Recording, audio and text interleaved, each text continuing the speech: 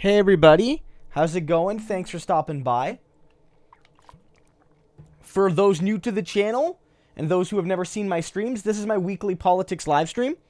I do these every Wednesday night at 8 p.m. Eastern. Usually go to about 10:30, 11, sometimes a little bit later, but that's usually how long we go.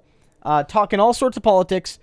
Whatever you guys have any questions, whatever you guys want to talk about in terms of American politics, Canadian politics, international stuff. As long as I feel comfortable answering them, given my knowledge, I'm happy to do so. A few things I want to touch on when we start.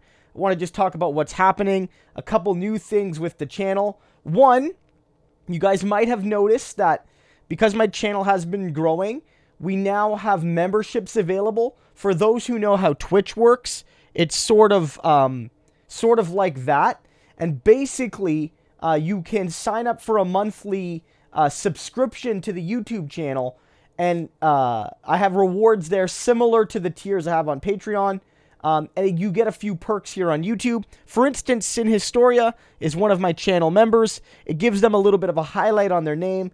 They can also use special little emojis that I think are only available to my subscribers. So if you want to support the channel on an ongoing basis, and something that's a little bit more steady than a super chat, you can do so in that way. Again, I like to read as many questions and comments as I can. I tend to give priority to super chats if I'm having a ton of questions, and questions and comments from members, of course, I'll try to give priority to as well. But my goal is always going to be to read as many questions as I can.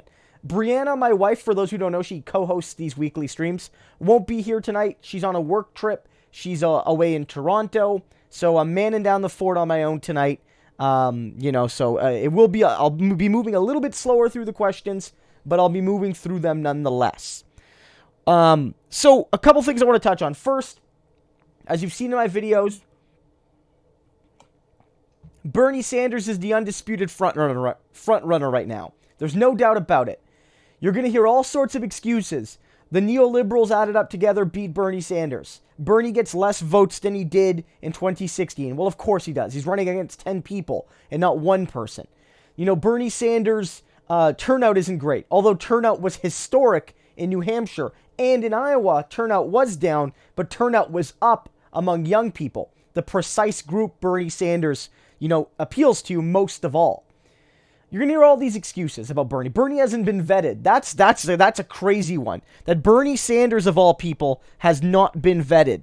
The guy who adopted, socialism as an ideology, the most unfairly and heavily criticized concept in mainstream politics, is not vetted. It's BS. It's BS. Bernie's the front runner, and it's time that his campaign have the front runner swagger. Now, that doesn't mean cockiness.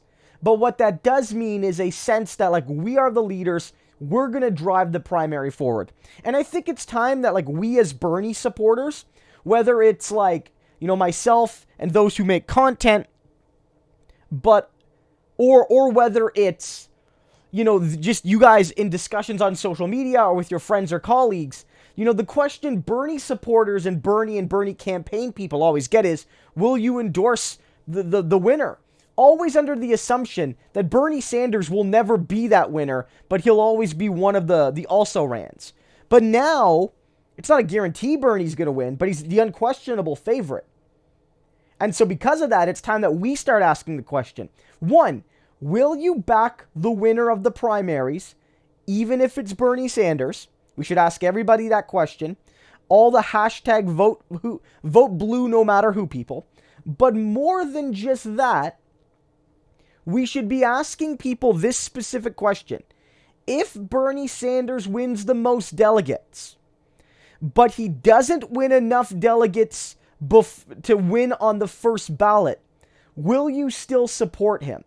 So if Bernie wins a plurality, but not a majority of delegates, will you support him? That's a question everyone needs to be asked. Because the concern is that if Bernie Sanders is in first place, but is short of the 50% plus one threshold, the superdelegates come in. And the potential for neoliberal candidates to pool their delegates come in. And they could try to steal the nomination from Bernie Sanders. Now, technically, that wouldn't be against the rules, but it would be against the spirit of the primary, especially if Bernie has a massive win. If Bernie only ends up beating, say, Joe Biden or Michael Bloomberg by 1 or 2 national delegates, then you could make a reasonable argument that, the allocation of other people's delegates is rightfully the determining factor. Sort of like at a political convention, somebody who has the lead on the first ballot doesn't always become the leader of the party. That's not how it works, right? Not always. But if Bernie's got, say, 45% of all the delegates, and they try to steal it from him, like we need to cause a ruckus, to say the least. And I want people to start priming the electorate and priming opponents to endorse the winner of this thing if they have a clear outright lead after all the primaries have voted. Another thing is Warren's going to drop out, guys. Warren's done. She's bleeding money. Warren's canceling her ads in some of her events in South Carolina because she's got no money. She got below 10% in New Hampshire, which should be a dream state for her because it borders her home state, and also it's full of highly educated white people. Those are Warren's bros and sisses. Like, Warren was raking it on college-educated, university-educated white women.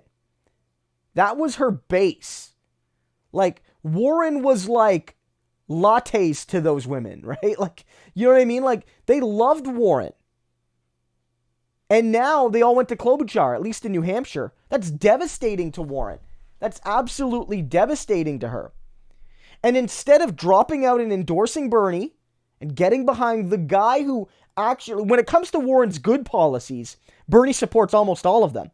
And I'm sure that if there's one there's a good policy that Bernie doesn't have for whatever reason, he would be more than willing to work with Warren.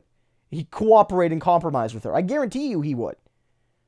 She needs to drop out and endorse Bernie. But instead, she's attacking Bernie and she's attacking all of us, quote unquote, disruptive and uncivil Bernie Sanders supporters. It's unacceptable.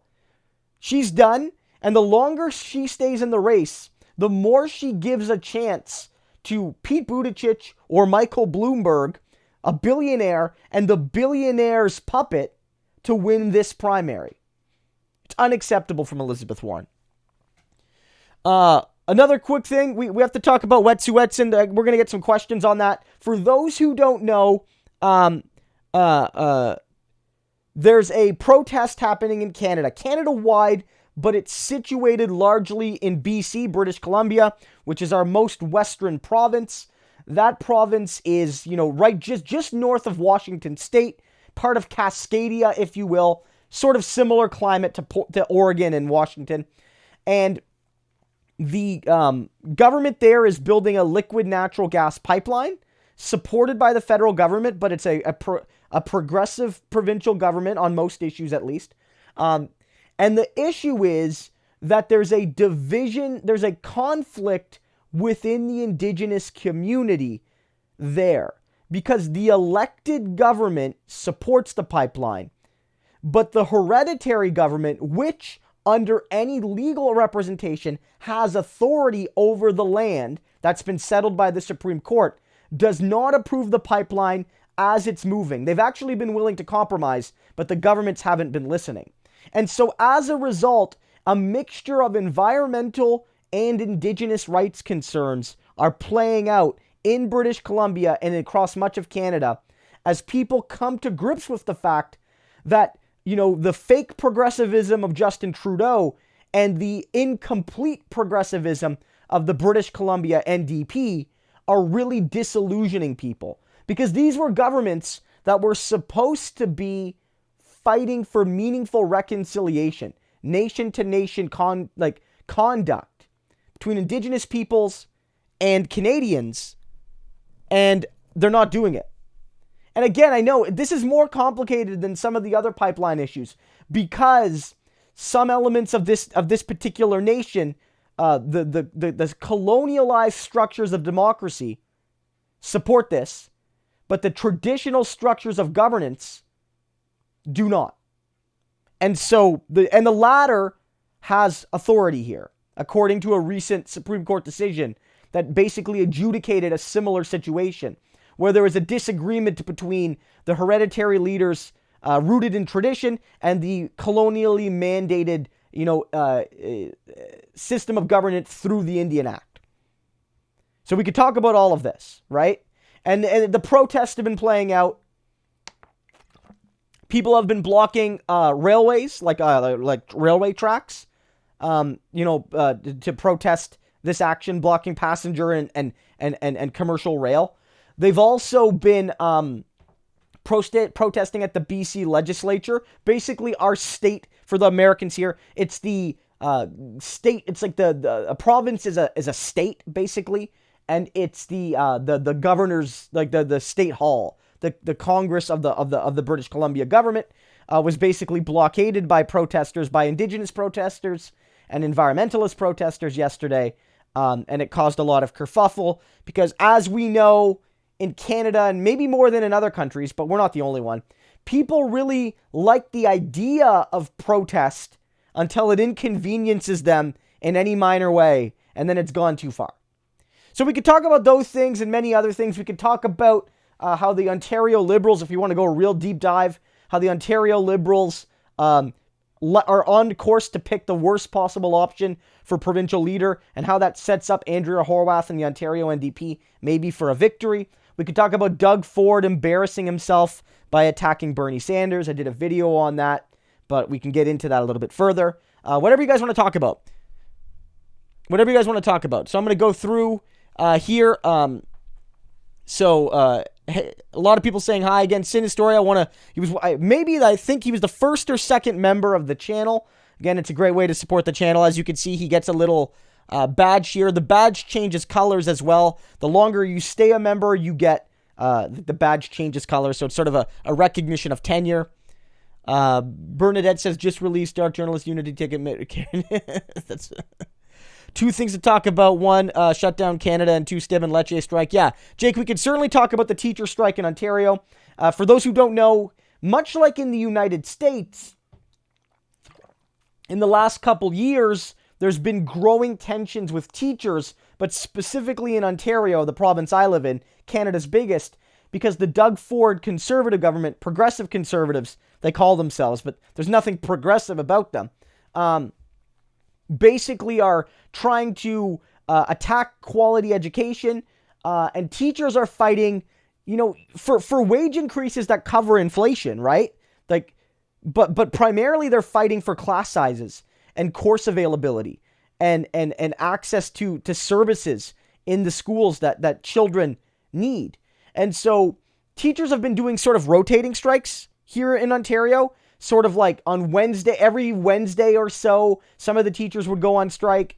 Some of the unions have been doing semi-work to rule campaigns, but February 21st would be at least for one day, where every school in the province would close. There's 4 teachers unions in Ontario. There's 4, because there's like English boards and French, and then there's Catholic, and then there's like secular. And so because of that, they're all public though. They're all public schools, that they're all be going on strike on February 21st if there's not a deal. And it has to be said that while the public support isn't unanimous in favor of the teachers, the vast majority of people are either supportive of the teachers or at least neutral. Very few people think the teachers are in the wrong for these strikes. I don't even use emojis when texting, Sinistoria. Yeah, I'm not a big emoji person either, but it's just a fun little thing. How big a piece of S is John Horgan? Look, John Horgan is still one of the best premiers in this country because we have really, really bad premiers in this country. John Horgan isn't a bad person. John Horgan is just plain wrong on this issue. John Horgan has done some great things as premier. He would have done more great things as premier if he wasn't beholden to the BC Greens, who have blocked a faster path to $15 an hour, and they've also blocked making it easier for workers to join a union. So there's limitations there. And of course, the Green Party in British Columbia, it should be said, has done nothing to force John Horgan's hand on this issue. So you should also be talking to the Green Party of British Columbia. Why would they threaten to pull down a government over a $15 minimum wage or easier systems to join a union, but they won't pull down a government over this fundamental issue of ecological and Indigenous justice? So I don't see this uniquely as a John Horgan problem, but he's wrong here. John Horgan has basically lied when he said this is about the rule of law, because it isn't. The rule of law here, from my interpretation, is very clear. That while the Band Council, through the colonially mandated democratic structures under the Indian Act, do in a sense support this project, the authority rests with the hereditary chiefs. That's set in a recent Supreme Court decision. The rule of law here is that land can't just be trodden over by the federal government, by the RCMP. So John Horgan's wrong. He's 100% wrong. And he's wrong to suggest that it was wrong for people to block the legislature, because that's a perfectly reasonable and, if anything, mild form of civil disobedience. So he's wrong. But I'm not going to call him a name.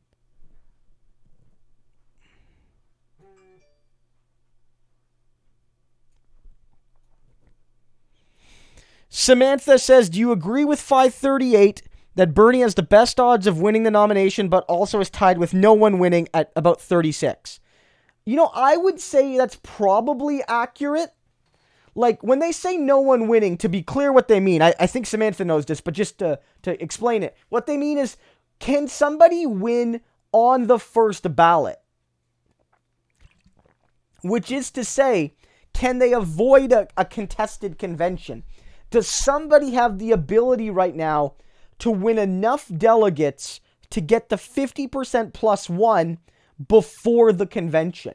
And what 538 is saying is Bernie certainly does, but the next most likely option after Bernie winning the outright is no one winning outright. And I think that's probably accurate. Because if you look at all the other people, you have to say, where are their coalitions? And right now, Joe Biden was clearly the favorite, like 10 days ago. Undisputed 10 days. Before we voted in Iowa, despite the fact that some of the national polls were showing Bernie with slight leads over Biden, Biden was the undisputed favorite. He had the ability to win across the country, strong numbers with non-whites, like, undeniably. But he's, like, I think he's nearly done. And you look at Warren. Warren's got no strong minority support. I don't know how she's going to do in a lot of the South. Pete Buttigieg could do well with moderates, but he's got no minority support. You could say similar things about Klobuchar. Then you look even to people like Michael Bloomberg. It's like, sure, he does have decent support amongst minorities, but, you know, all the tapes about him coming out, as I covered on this channel, don't inspire confidence that he'll be able to keep that. And I think there's a significant factor that, you know, he's very untested, and he's basically ignoring many of the early states. So when it comes to somebody that's competitive everywhere, right now it's only Bernie. Right now it's only Bernie Sanders. So I totally agree that it's not guaranteed Bernie's going to win, but I can't think of anybody else that should be ranked ahead of none of the above in terms of the ability to win a majority of delegates. I think that's accurate. Now, their projections, I don't know what the update was, but their projections were Bernie was going to win every single primary except for Delaware and Alabama. That Joe Biden was going to win Delaware, which was his home state, and where he was a senator for a long time, and Alabama, one of the most conservative states in the country. But Bernie would win every other primary. I don't necessarily think that's true, but because I think the model is moving too fast off momentum right now. But I do think Bernie Sanders is the favorite in the vast majority of primaries. Len says, why is John Horgan supporting CGL? What is CGL specifically? And do you think Jagmeet can rein in this colonizer? Look, guys, here's the reality. I'm going to be 100% real with you here. every single Canadian, at least every single European Canadian, is a colonializer. Is a colonizer. Simple reality. And I'm not trying to say that to say, well, we all are, so it doesn't matter. But it is to say that fundamentally our structures are colonial in nature. And to say rein in this colonializer, I don't know if that's accurate. I don't think you can do that. Our structures are too fundamentally baked in. It's a fundamental issue that no party, not even like the BC eco-socialists that don't really exist yet, but maybe they will, but they probably won't because most parties fail, that's still a colonialist party. Every party in Canada is a colonialist party, and they likely always will be a colonialist party. There are fundamental issues I don't think we can ever really deal with. Or at least not in my lifetime. I don't know. I really don't know, guys. I don't know about that. I think like the state of Canada, the Canadian state, is so inherently colonial that I don't know if you can I don't know how we get to a decolonial state. I don't know how we get there. It's not certainly, just reining in John Horgan. The BC Liberals that would inevitably replace him would be no less colonial. And again, the BC Greens are supporting John Horgan's actions because they have not pulled down the government in light of them. This is on them just as much as John Horgan. And the BC eco-socialists, well, they don't really exist yet. In terms of what Jagmeet can do, here's the thing. People will disagree with me. People disagreed with me on Twitter today. Jagmeet should call out John Horgan. And he should say John Horgan should do better. And the NDP has MPs, current and former, doing that. Leah Gazan, Romeo Saganash, Nikki Ashton have all been critical of the BC government. Maybe more, but those are just off the top of my head. Sven Robinson, who is a former MP for the party, have all been critical. Jagmeet should call out and name John Horgan.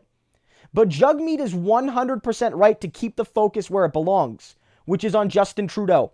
Because I don't know if you guys agree with me or not, but yes, there is colonializing force being used by John Horgan and the British Columbia government, which is headed by the NDP and which is being upheld by the BC Greens. That is 100% accurate. Nonetheless, this is fundamentally a nation-to-nation issue, right? We recognize in Canada that the Indigenous nations are nations.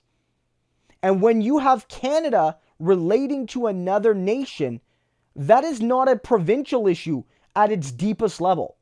That belongs to the Prime Minister. 100%.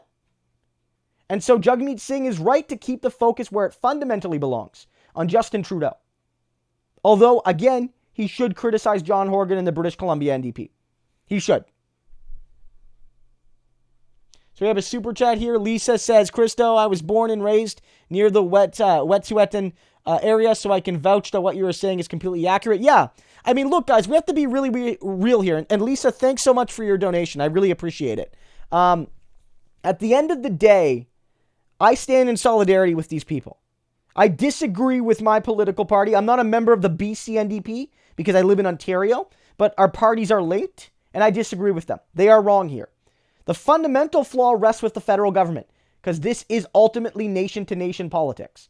So it's fundamentally with Justin Trudeau and his Liberal Party. But nonetheless, my own party is failing on this issue. And Jagmeet has said the right things in criticizing Justin Trudeau, but he needs to also name and shame the ineffectual BC NDP government.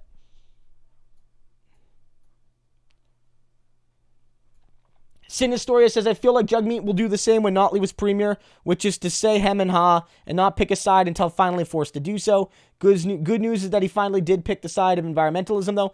Yeah, I mean, to a certain degree, like, that's a factor here. Jagmeet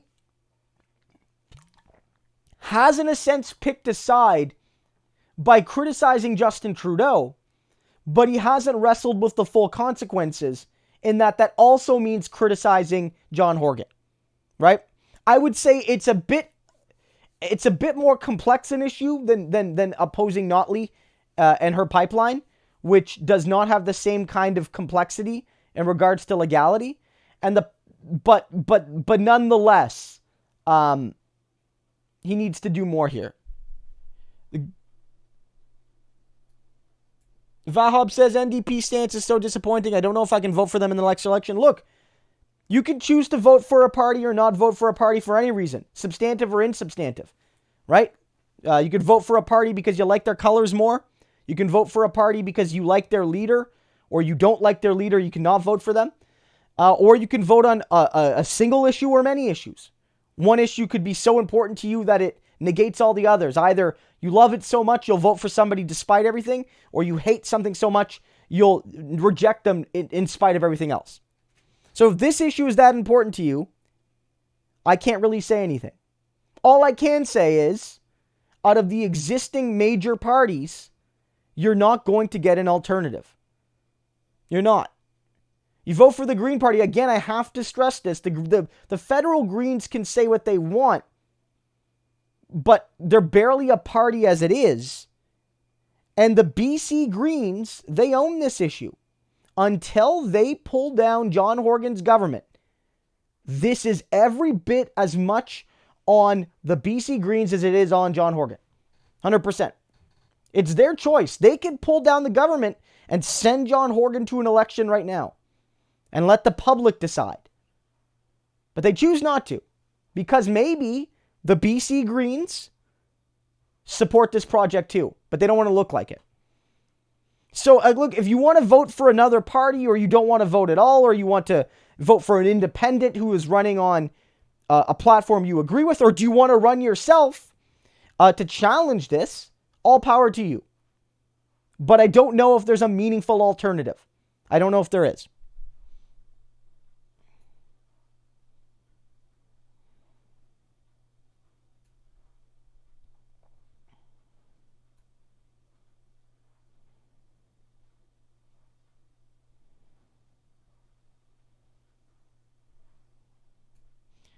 Sinistoria says, if the Greens go eco-socialist, they may be something to respect. If they're eco-capitalist, then I'd be turned off. Yeah, certainly. The Green Party here in Canada, I noted this in a previous stream, they're going through a leadership race right now where their longtime leader, who, whatever you think about Elizabeth May, undeniably made the Green Party into a real party. That can actually win. If only a few seats, they can still win some seats here and there. So, that's great from them. But now the question is, where do they go from Elizabeth May, who is very much a moderate, very much a centrist? And I think the party is stacking the deck against a left-wing grassroots. One, the party establishment has never supported an eco-socialist vision.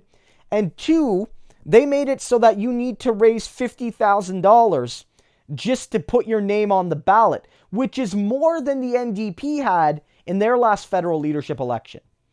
Now, it's less than the Conservatives, but more than the NDP. And what that tells me is that the federal Green Party is more elitist, more bureaucratic, less grassroots than the federal NDP, despite the fact that they're a smaller party and despite the fact that they're nominally all about, non-control of MPs. I think they want to prevent someone like a Dimitri Lascaris or somebody like Alex Tyrell from winning the nomination, and they want, Elizabeth May 2.0, or maybe they're still trying to convince Jody Wilson-Raybould to be their leader. I don't think you'll see a fundamentally new direction from the Green Party. I don't think so.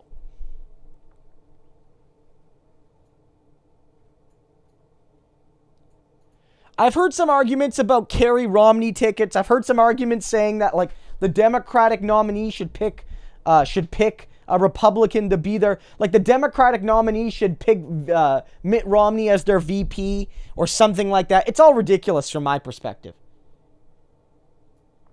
Justin says it's more likely that Warren endorses Klobuchar, endorses no one if she drops out than Bernie. Sad but true. A few weeks or a couple months ago, Justin, I would say you were wrong. But I think you might be right. I think if she is going to endorse, I still think Bernie has a bit of an edge. But I would say now the more likely thing is that she drops out and that maybe she says, I'm endorsing the field. That kind of standing on the fence BS. where she's like, I endorse Bernie and his boldness, and I endorse Amy and her pragmatism, and I endorse Pete and his youthful optimism, and I endorse Michael Bloomberg and his racial discrimination in New York. You know what I mean? Like maybe she'll do something like that, right? I endorse Joe Biden and his hairy blonde legs. Like, you know, I'm not sure what she'll do, but I do think that whereas, like, a few months ago, I was, like, convinced that it's like, okay, Bernie ends up tanking, he's going to drop out and endorse Warren. And if Warren tanks, she's going to drop out and endorse Bernie. Now I'm not so sure.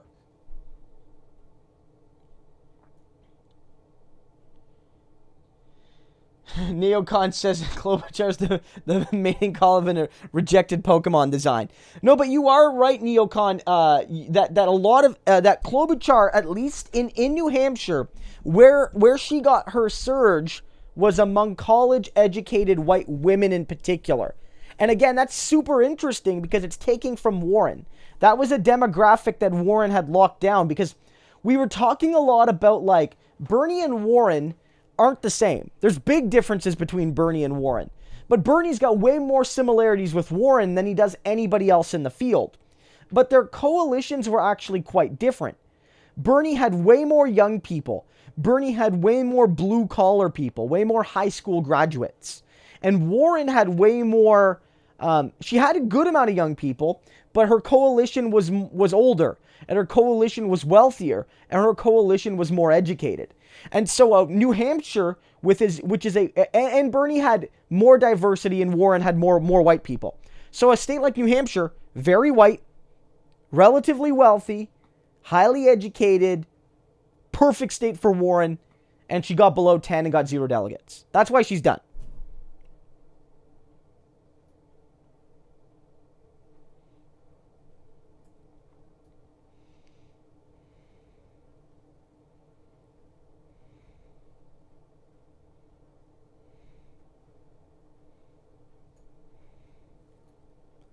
I mean, Marco says Warren's aligning herself with the moderates and no longer pretending to be anything else.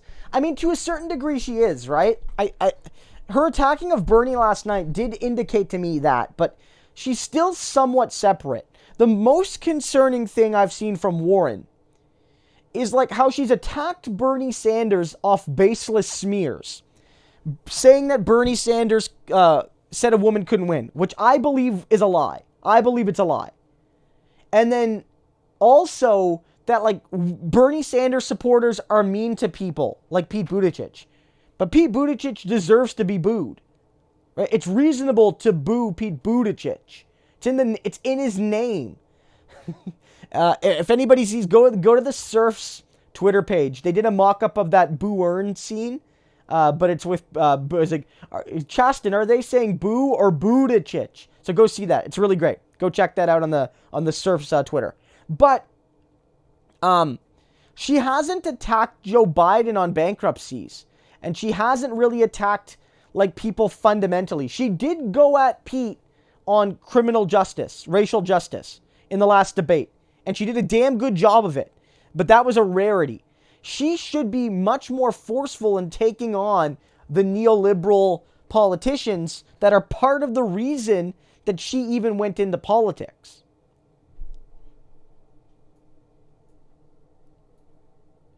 Yeah, Sin Historia, just that because the Green Party is setting a high threshold, and because a lot of the party establishment seems to still be loyal to May, I'm not saying it's impossible for, like, a left-leaning person to win the Green Party leadership, but it looks like they want somebody who's more of an eco-capitalist. That's where I think they're leaning.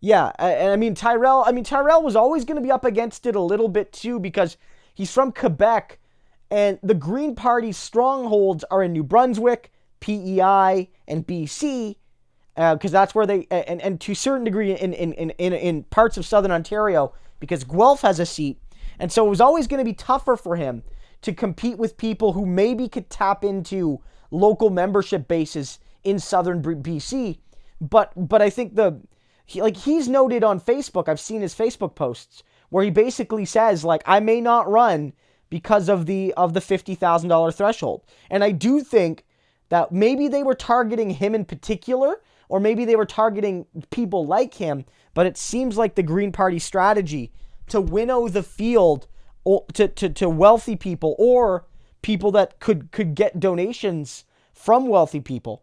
I think they might have been successful.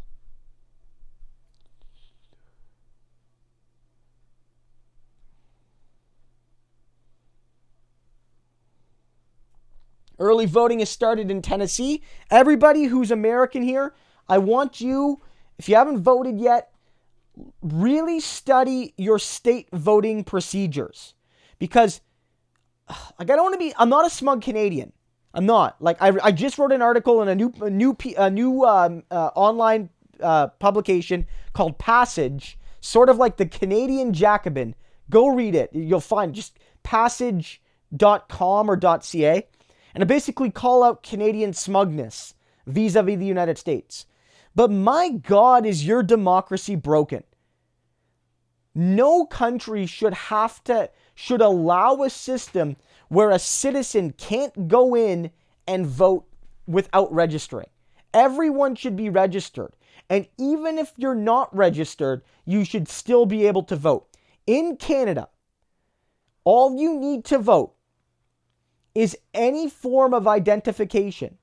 There's literally dozens of forms accepted that provides that, you know, who you are and that you live in that particular district.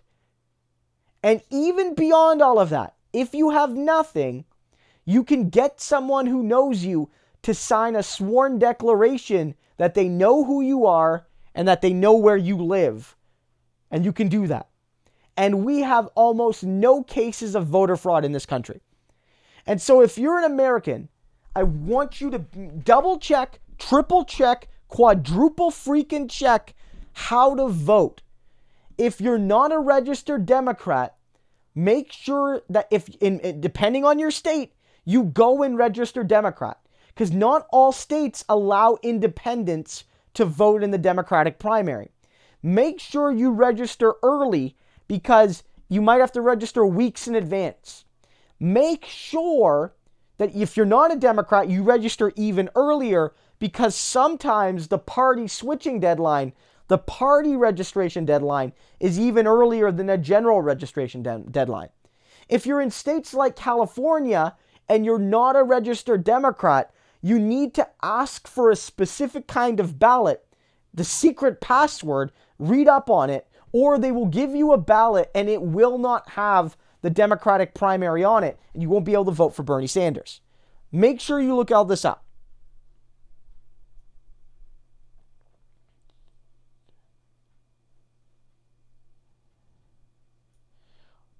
Sean says, are there any solidarity strikes planned on Ontario? I assume you mean for the Wet'suwet'en. Probably. There's been a lot of events happening in Toronto. I would check social media. Off the top of my head, I can't necessarily say. If you're talking about the teachers, there's, most schools have, when they're on strike, there's pickets outside schools and they welcome members of the public. And also, people have been protesting MPs' offices or MPPs' offices. And the federal one, they've been protesting federal MPs' offices. And in BC, members of the legislature as well. Bernie will win Nevada. I think Bernie will win Nevada as well. I know the Culinary Union has, lied about Bernie Sanders and Medicare for all, and that's a very powerful union in Nevada. But I think when you combine the fact that Bernie Sanders is very strong with Latinos and Latinas, and you combine the fact that a lot of rank and file workers back Bernie Sanders, and you combine the fact that no one else really seems strong right now, I think Bernie will win Nevada. I do.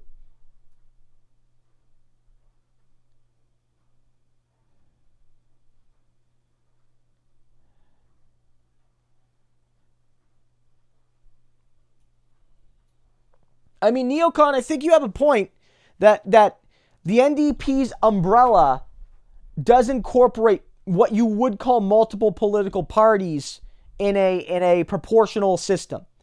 That the left-leaning elements of the party may well be a different party, or even the realities of a proportional system would give less credence to the idea that you have to hug the center to win certain seats, so that the party would either split or the party would be more willing to experiment on the left. Maybe both, maybe a bit of both. But I certainly do agree that like there are left-leaning elements of the party that I generally see myself as a part of that have fundamentally different positions than some of the more, it's not even a corporate wing, but like the kind of like pundit wing, for lack of a better term. Love people type in Bernie 2020. I don't know if that helps Bernie, but let's pretend it does.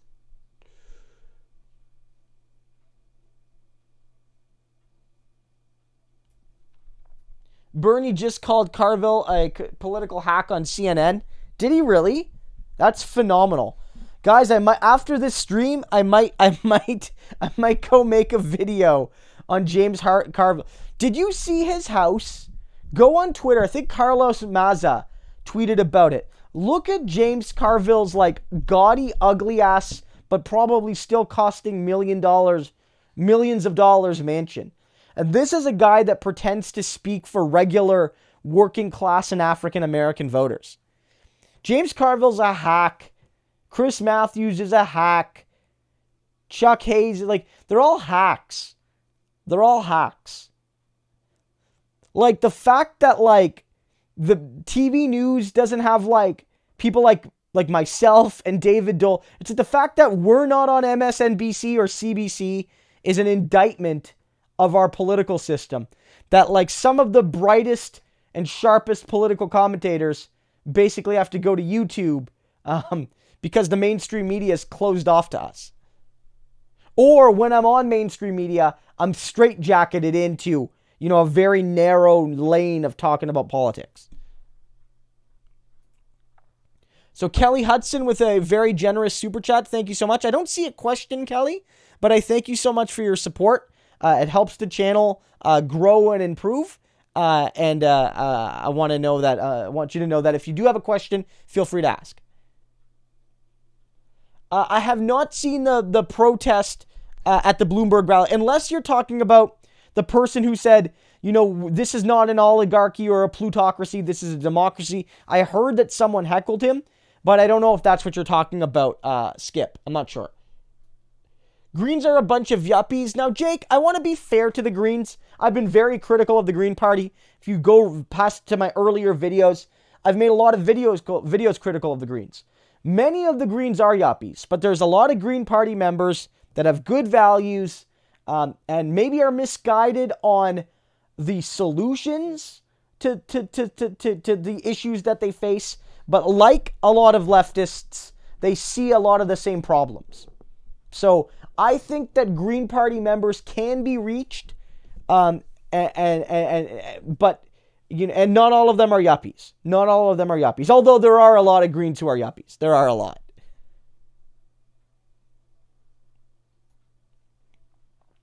Neocon Justin Trudeau looks serviceable when they're like Boris Johnson, Donald Trump. Yeah, to a certain degree, but none of those guys did brownface. Justin Trudeau has had a lot of scandals himself. Now, is Trudeau as bad as those guys? Probably not. I mean, I don't know. Is he as bad as Boris? We'll see what Boris does.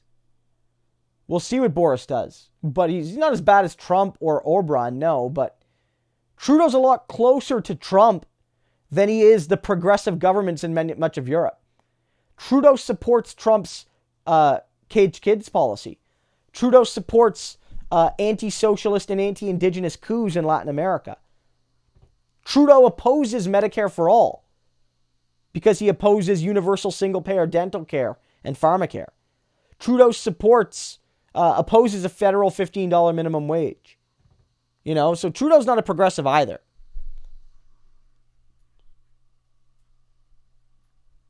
Well, yeah, Sinistoria makes a great point. One thing the Greens are is not just that they're yuppies. There are a lot of yuppies, but the Green Party was at least is one of the most least diverse parties in Canada, right? In terms of its candidates, they had the least diverse slate of candidates, and they must have the least diverse slate of voters as well. Yeah, Dan Corberdine, yeah, Stephen McNeil is definitely worse than John Horgan. Yeah, John Horgan is still, who's a better premier than John Horgan? Like, I'm honestly going to ask. Is it Jason Kenney? Scott Moe? Brian Pallister? Doug Ford? Any of those guys better than John Horgan? Francois Legault? Better than Horgan? McNeil? Better than Horgan? Ball? Better than Horgan? Can't, off the top of my head, can't name the PEI premier. What's his name? Better than Horgan? No one's better than Horgan right now. He's still our country is hell, guys. We live in hell. We live in a cold, maple-flavored hell. Because for all the criticism Horgan is getting, and rightfully goddamn so, he is the best goddamn premier in this country. And maybe the best premier this country has had in the last 10 years. Pretty depressing, but it's true.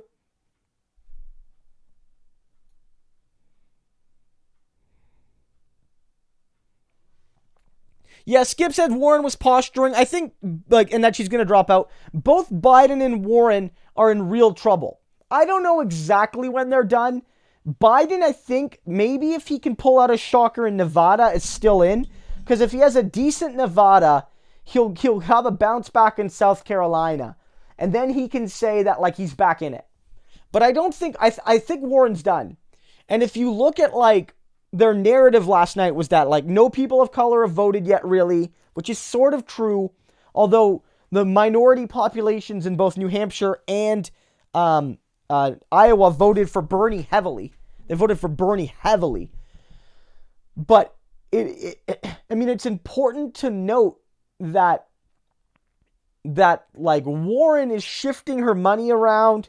She's pulled a lot of money out of South Carolina, indicating that she's either running low on money or she knows South Carolina is an absolute write-off, maybe both. Lance says Bernie will win nominee. I mean, look, Bernie is absolutely the favorite right now. We cannot get complacent, but we've earned some confidence. Justin says, hey, Christo, if Bernie wins and much of his agenda is enacted during his first 2 terms, or his 2 terms as POTUS, would you consider moving to the U.S., given that it would be a better society than Canada right now? I would. I mean, look, I'm a happy Canadian. I love being in Canada. I don't know if I would move to the U.S. so much. Maybe. But I certainly do think that if Bernie Sanders can implement even part of his vision, then the United States would become a far nicer society to visit, to live in, to compare yourselves to. And I do think that would drive us to do better here in Canada. I do. I really believe that. And then maybe we wouldn't have to worry about leaving because maybe we would try to catch up. Marcos Roca says, I just tagged you on Twitter with this awesome Atari-style Bernie video game. Marco, I'll be sure to check that out. Thank you so much. The media keeping the talking point about Bernie losing half his support since 2016, failing to give him a yeah. Joe from Lexington, great to see you. Happy to see people from Kentucky watching. I always love, knowing that people from all over the world, all over North America. Sometimes we have people from Australia and New Zealand watching, which is always really nice too. Are tuning in, but you're right that it's ridiculous. And I don't know if you guys saw the clip. I referenced it in a video, and David Dole at the Rational National. Go check out David Dole. A lot of you already follow him, but if you haven't, go check out David Dole. He did a video on how a lady was interviewed live on MSNBC about who she was going to vote for. Like this older lady, like kind of like, it's like, looks like a stereotypical grandma. And she says, well, I'm voting for Bernie, and I'm voting for Bernie because of MSNBC, because you guys are lying about Bernie Sanders. Of course, Bernie Sanders won't get as many votes now as he did in a 2-person race. And you trying to argue that means something is so cynical that I'm going to support Bernie Sanders just to like punish you. And it was like, that blew up the internet. And rightfully so. And rightfully so. Samantha Sider with the super chat saying, Biden was told, look fat, look, you lost, and then by New Hampshire and Iowa. Joe Biden is, why? Yeah, like, Joe Biden is unhinged in some ways. And he called that, what was that? What did he call that lady? Something pony, liar, fraud. I don't even know what he called her, but it was like this ridiculous claim that like, yeah, Joe Biden's going nowhere, folks.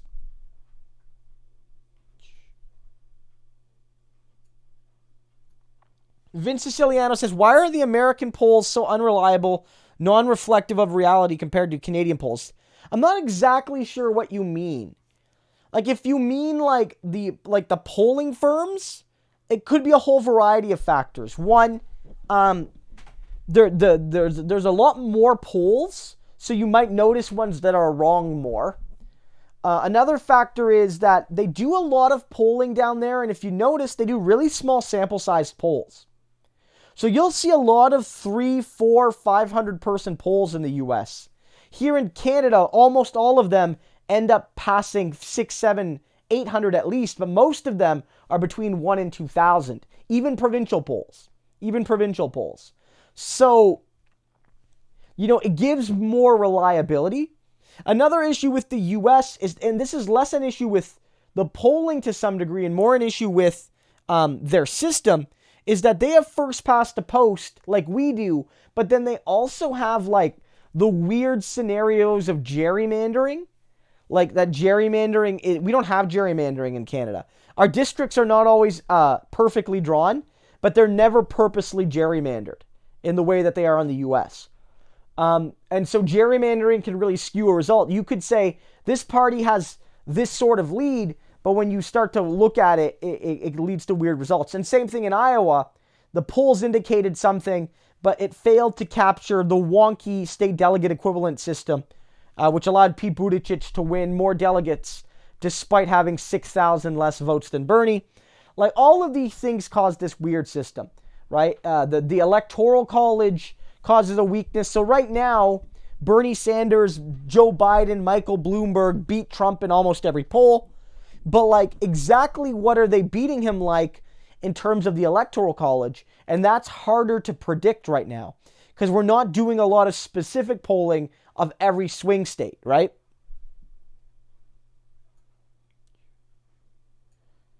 Jewelry by Nala says, we appreciate the support for Bernie from our Canadian neighbors. Man, we love Bernie here in Canada. He is our boy. We love him so much. Both because he's fighting for some of the things we have that you guys need, and so we're cheering for you. And actually, Bernie Sanders was inspired by the political party that I'm a member of, and that many of the Canadians here are a member of, the NDP. Bernie Sanders said that his goal was to eventually start a party like the NDP. He chose to enter the Democrats, but like that was one of his goals back in the 80s and early 90s. But also, Bernie's fighting for things that we don't have. Bernie's fighting for real Medicare for all. Americans might not know this, but here in Canada, your visit to the doctor is covered. But if the doctor gives you a prescription, that's not covered. Maybe you have workplace insurance, but like it's not covered. If you go to the doctor and they tell you that you have a tooth infection and you need to go to a dentist to get it dealt with, the visit to the doctor for the diagnosis is free, but the visit to the dentist you got to pay for unless you have insurance. And maybe even still because you have copays and deductibles and limits and things like that. So Bernie's fighting for a better Medicare than Canada has. And here in Canada, our universities are cheaper than yours. They are. They're quite a bit cheaper. Canada has some world-class universities where tuition is less than $10,000 a year. But Canadians still often have dozens and dozens of thousands of dollars of educational debt by the time they graduate. And so, but like we don't have free university in Canada anywhere. And we don't have, somebody fighting right now, at least, for the erasure of student debt. So Bernie is pushing Canada leftward in some ways too.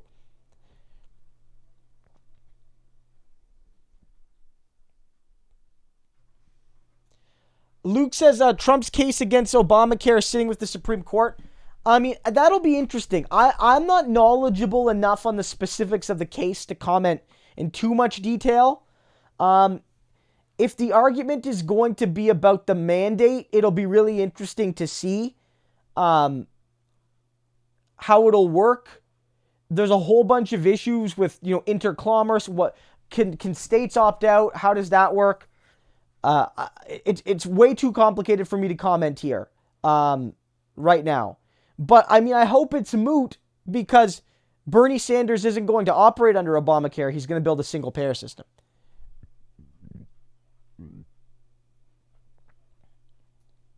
Joseph says, Christo, did you see Max Boot's terrible take on why Democrats need to coalesce behind Buttigieg, Bloomberg, or Klobuchar because Bernie is too risky? Joseph, I did see that. It was ridiculous.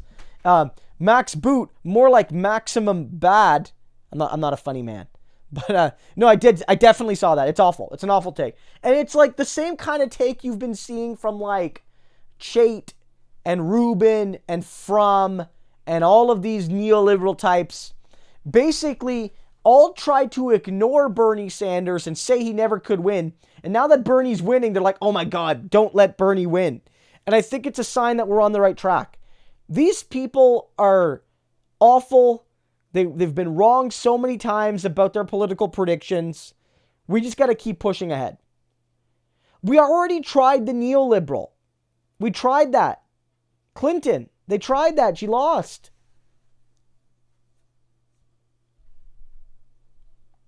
Lisa asks, Christo, do you think Andrew Yang has a chance of a cabinet position? I do. I do think so. I've disagreed with Yang on certain values. I think his UBI was simultaneously too right-wing. In that it relied in part on cutting some social services, which is unacceptable to me. And also that it was too unambitious. If you're going to be about a basic income, start it at $3,000 a month.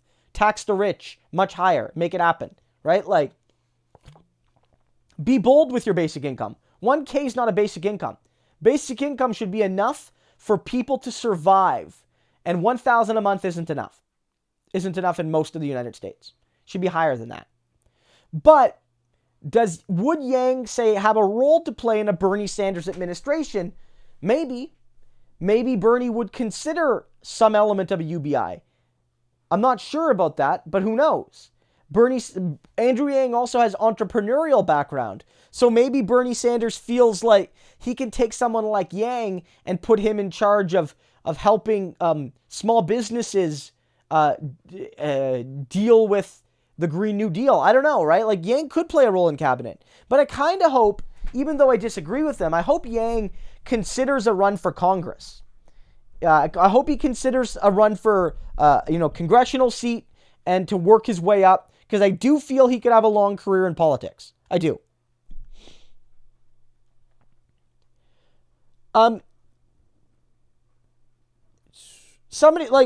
So Justin says that, a Bernie Tulsi ticket would bring in many more independents and conservatives to vote for Bernie.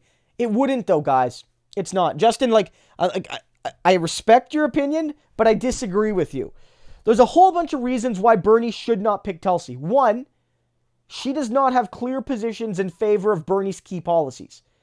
She does not support Medicare for all. She doesn't say anything about taxing the rich and wealthy and well-connected much heavier. Like, what's her position on trade? What's her position on banning right to work? Like, what's her position on student debt? I don't know any, and it leads me to believe that Tulsi Gabbard is much more economically conservative than we've been led to believe.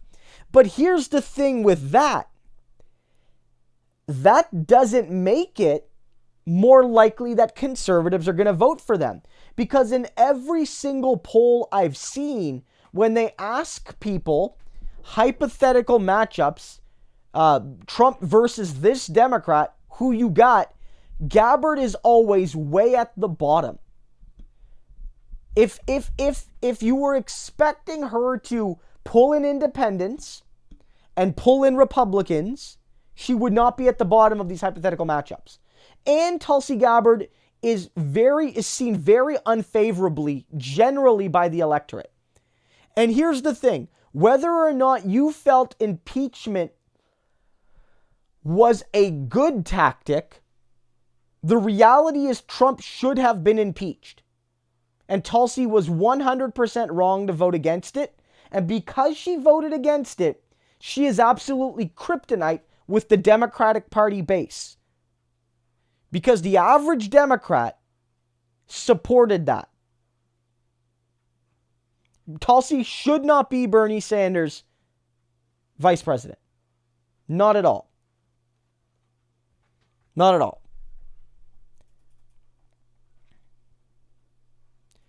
GAF2A, Christo, I'm bipolar with OCD. You having 2 copies of Trudeau Mania on the shelf is distracting, LOL. Sorry about that. This is my real bookshelf. And one of the things when you're an academic is that you get, you have your own books, but you get review copies. Like when I do book reviews for academic journals and other publications, like you don't really get paid for them, but they give you a free copy of the book. And so I have my own copies of some books and then other copies. And as you can see, I have my own books up here because you get author copies, right? And so I have some extra author copies of my books. And these, my wife and I built this bookshelf to basically get rid of our bookshelves all over the rest of the house. Because when we had a baby, we needed more space for the baby. So basically, all my books had to be crammed onto one shelf, which is why you notice that there are some pairs matching. So it is what it is. Will Phillips says, I feel like Bernie running for Democrat leadership is almost equivalent to Canadian NDP running for CPC leadership. I mean, to a certain degree, maybe more like an NDP running for the Liberals, but like, it's not the same because the primary systems are very different. They're open. Party memberships are very different. Here in Canada, you have to like join the party and sign a membership card, and joining a party in Canada is a much more like intimate process. I don't know if that's the right word, but like in the States, you just like register as a Republican or a Democrat or an independent or whatever. But in Canada, like 95% of people, maybe not that high, but like 90% of people likely don't belong to any political party. They might vote for a party, but they're not a member of any party. And so the party structures are very different. It's a different game. And the two-party system there is much more entrenched than here in Canada, because federally, we have 5 parties that can win seats. And in provinces, the party structures are often very different. Whereas in the U.S., in almost every single state, it's a 2-party system with the Republicans and Democrats. Now, in a state like Texas, the Democrats are more conservative, and in a state like California, the Republicans are a bit more moderate. But at the end of the day, the Democrat and Republican parties dominate politics at municipal, state, and federal governments in most of the cities, states, and the country. Here in Canada, we have like regional parties and things like that. I wouldn't say it's quite the same.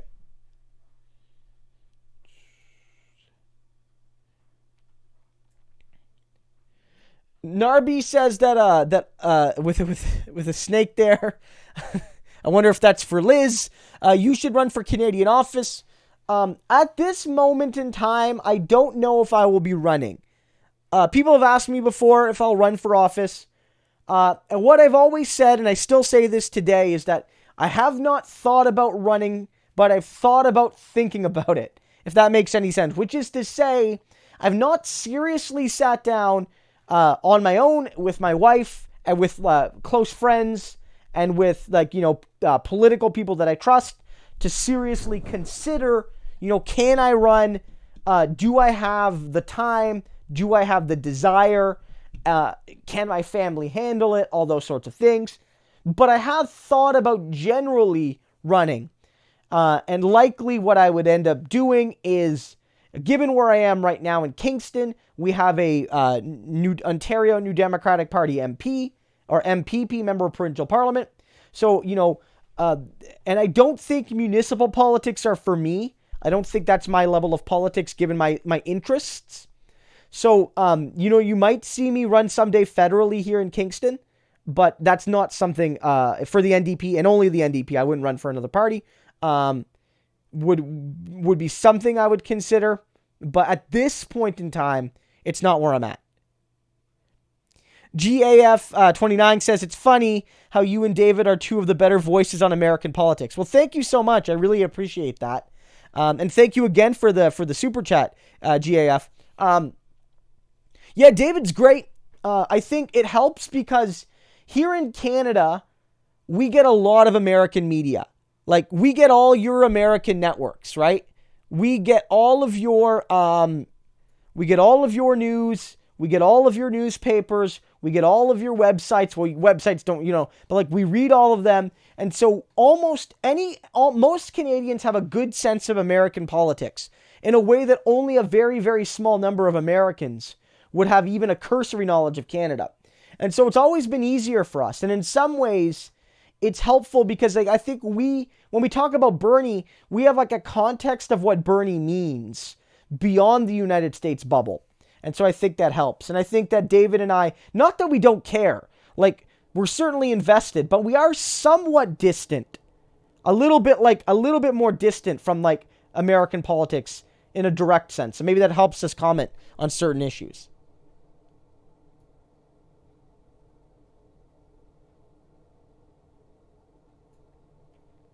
Neocon says, should the NDP disaffiliate pro-oil provincial parties given that they disaffiliated the original NDP Quebec over a few nice words about the FLQ? A dead earth is worse than a dead cabinet minister. Look, I mean, I disagreed with the NDP doing that to the NDPQ, and I don't think that's a proper thing to disaffiliate people over.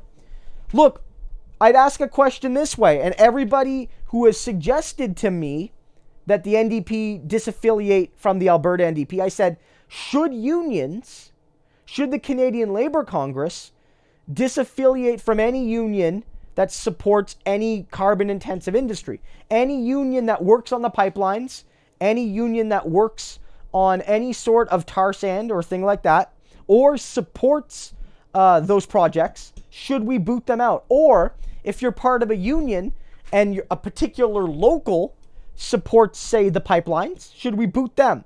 And they always say no. You can't have your cake and eat it too. If the Canadian Labour Congress is not expected to kick out any union that backs an oil style project that the Alberta NDP backed, the NDP should not be expected to do so either. That's my view.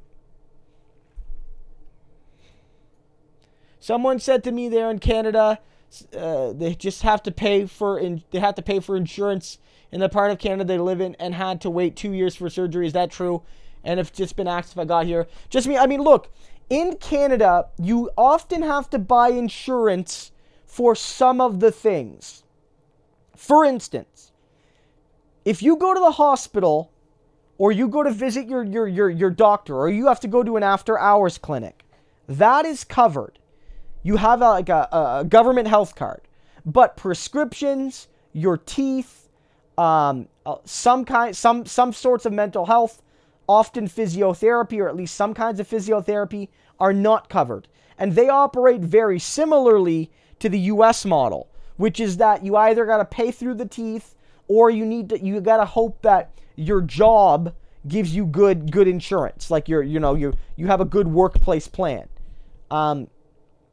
Or you just go without the care you need, like Americans.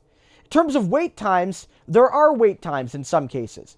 I have no direct experience with heavy wait times because I'm fortunate enough that I've never had like a severe medical issue where I've needed a surgery or anything like that, or even really to see a specialist. I've always been fortunate enough to be to be a healthy person.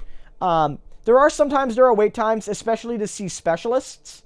But I'll have to say this.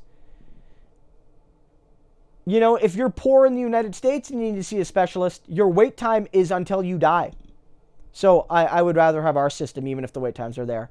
And again, the issues with the Canadian system, as they do exist, one, with the fact that the worst parts of our care are rooted in the private insurance model, pharmaceuticals, dental, things like that. 4 million to 6 million, depending on the estimate, Canadians, which is about the equivalent of 40 to 60 million Americans, can't go to the dentist. And about a million Canadians a year, which would be 10 million Americans, sacrifice either food or other utilities to pay for their medication. So there are systemic issues. But, I mean, our system's better. Our system's better. And there is underfunding of our healthcare system, but that's based in the same reasons you guys have issues, which is that we don't tax our rich enough. Jake says the NDP has the same colors as pizza. So yeah, that's a good observation. Biden staying in the race helps Bernie, especially with Klobuchar rising. I mean, I do think at this stage there is some value in having all the neoliberals split another's votes. But there is also something to be said for the fact that if they drop out, it makes it a little bit easier potentially for Bernie to get to that delegate threshold number, right? And it should also be said that while, Biden does have a lot of support that would go to Klobuchar and Buttigieg, some polls indicate that Bernie Sanders is the second choice of most Biden supporters. Not most, but a plurality. That more Biden supporters would move to Bernie before anybody else. So maybe Biden dropping out wouldn't be the worst thing, although who knows. Robin Hood says, I'm curious to know who isn't from Canada on this chat. Well, let Robin Hood know where you guys are from. I'm sure a good chunk of my viewership is Canadian, but the channel in the last month and a bit has grown really fast. For those who are new to the channel, I started this channel basically on about literally a month and 10 days, a year and 10 days ago. And we had 0 subscribers then, and we were gaining on average anywhere from 500 to 1,000 subscribers a month, right? So 1 to 200 or so a week. And in the last month, we've been gaining over 1,000 a week. And so a lot of these new people come from the United States, I'm guessing, because I've been covering American politics more because of the election. And so I'm guessing there's more of a balance. Where it used to be mostly Canadian, now I'm guessing there's a better balance. But Robin Hood, thanks for the super chat.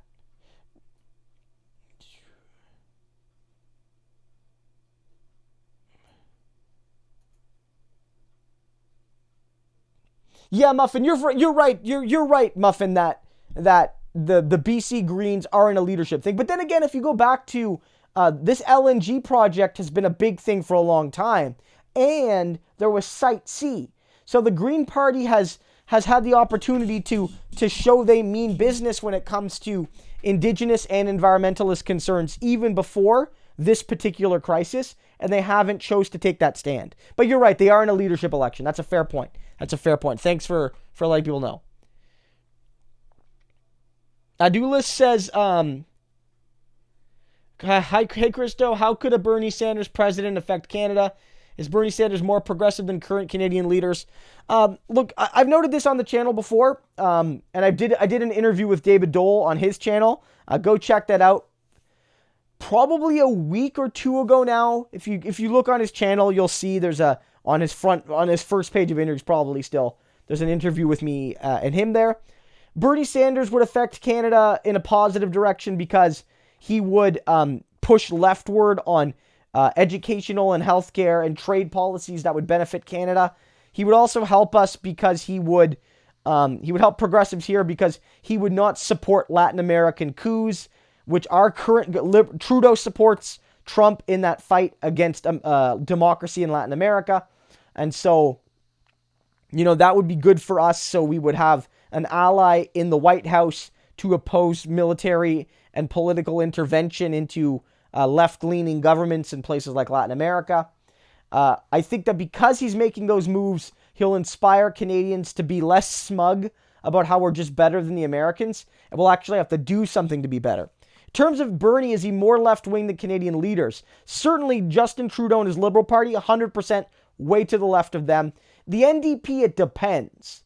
I would say Bernie Sanders, if he was a Canadian, he would be in the NDP, and he would be probably on the left part of it, but he wouldn't be on the leftmost edge. He's probably more centrist than people like Nikki Ashton or Sven Robinson and people like that, but he's probably a bit to the left of Jagmeet Singh, at least in terms of how they present themselves right now, but not a crazy amount more. They're very similar. They're very similar in the broadest scope.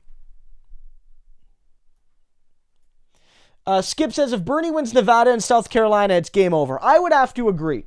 If he wins one but not the other, it'll depend on the margins. But if he goes 4 for 4, guys, it's got to be over, right? He won Iowa. I don't care what Pete Buttigieg and the media are trying to lie about. He won Iowa. He won New Hampshire. If he wins both of those states, it's over. You're right. But who knows what's going to happen? I think what's likely to happen is I think Bernie's going to win Nevada, and I think he's going to have a strong showing in South Carolina, even if he doesn't win. And then I think on Super Tuesday, Bernie looks really strong right now, and I think that's where Bernie could really start to throw down the gauntlet to the rest of the field and say to them, like, I've already been the front runner, but I'm taking control of this race. I'm just going to fill up my water. I'll be right back, guys. Don't go anywhere.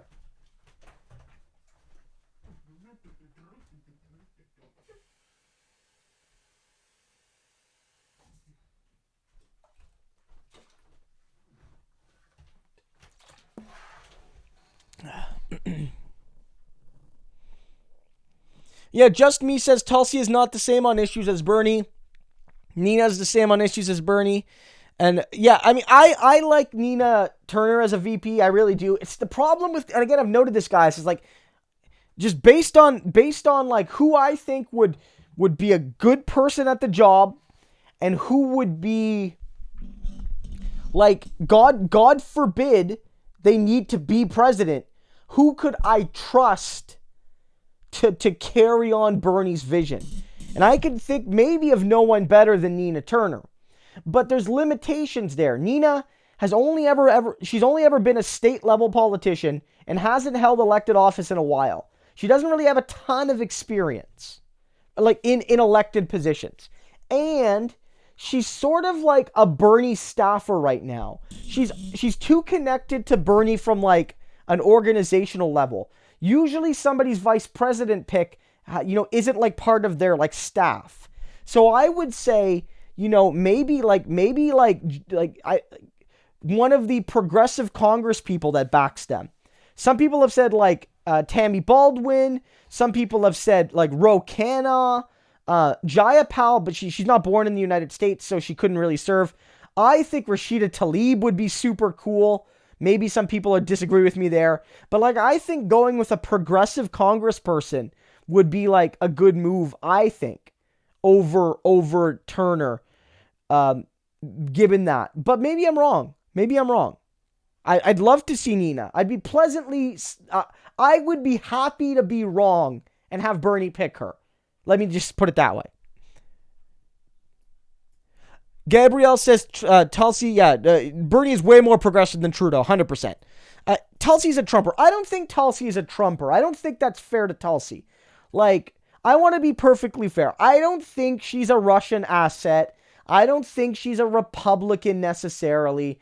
I just think that she's like a center-right Democrat who has a progressive image and has a progressive position on a few important issues, but not nearly enough of them. And so I don't trust her to be part of Bernie's core team. Like, Bernie's core team, Tulsi's not part, like, Ro Khanna, Jayapal, Tlaib, Omar, AOC, Pakan, those are Bernie's core allied Congress people. Right? Like people who like Bernie likes them. They're young. They're some of them are very young, but they're all relatively young. They're very diverse. They come from different parts of the country. Not all of them are super left wing, but they're all definitely progressives. They're on the left edge of the party. Those are Bernie's team. Tulsi's not part of that. Tulsi's not part of that. Who drops out next? Skip says, Biden, Warren, Tulsi, Steyer. That's a good one. I think Steyer's going to stare in it for a while. Sorry, I apologize. I'm so sorry. Oh, that's a tough one. See, the thing with Tulsi is, like, I don't know, like, what kind of organization does she have? If it's just her saying to herself, I am running for president, and she's not wasting money doing it, then, like, she could do it indefinitely. Like, Tulsi's already effectively not running anymore. She's not on the debate stages. Like, is she actually running for president? Like, Andrew Yang was running for president.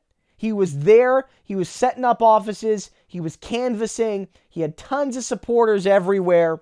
Like, agree with him or not, Yang was still running for president until last night after New Hampshire ended. So I don't know. I mean, out of those people, I mean, I think Warren. Like, I'm going to leave Tulsi aside because that's too complicated a question. Because, like, I don't... If a tree falls in the forest and no one hears it, doesn't make a sound type thing. But, you know, given that Warren, Biden, and Steyer are all legitimately running, have been in debates, things like that, I think Warren's going to be the first of them to drop out. Because at this stage, the biggest factor is money.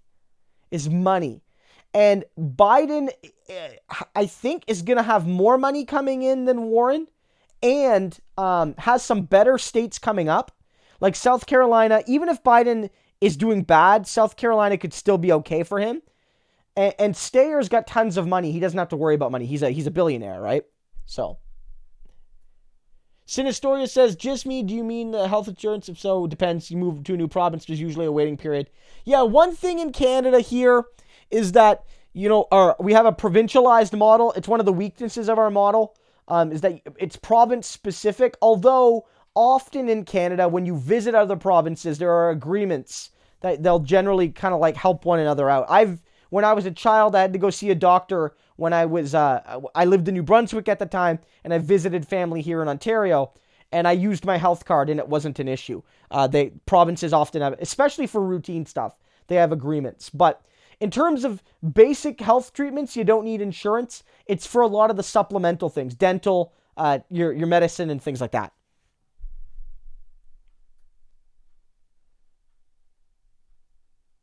And that's one of the things the NDP in the last election was fighting for. Our party, Jagmeet Singh, was to include dental care, include pharmacare, include optical care, eye care and things like that, which no other party was doing. And the Trudeau Liberals weren't doing that. They were technically sort of maybe exploring possibly someday in a sense implementing some kind of pharmacare, but they were basically lying.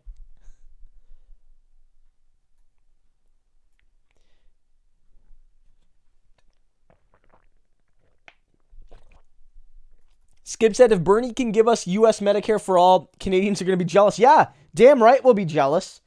Damn right. But we'll also be like, well, it's time to get to work. Because again, I've noted this. Here, I'm going to post a link in the description because I think you guys will really like this piece I wrote. Let me post it here, and you guys will read it. It's a great publication. It's got some great Canadian writers. Some of them are YouTubers. Some of them are podcasters. Some of them they're great. It's a great source. You guys will like it. It's kind of like Jacobin. And like my argument was like it wasn't strictly about Bernie, the piece, but I do note, like, if Bernie wins, Canada's gonna have to actually do something to be smug and think we're better than the Americans. Because, like, right now in Canada, we'll be like, the NDP will be like, hey, 1 million Canadians a year suffer and hundreds die a year because they can't get medicine because medicine isn't covered by our healthcare. And then some people will be like, well, have you looked at the United States? At least we're not them. And then, like, that's where the conversation ends. Right? Like, you know what I mean? And so it's like, if Bernie solves that, then, like, Canadians will have to get off their asses and do something.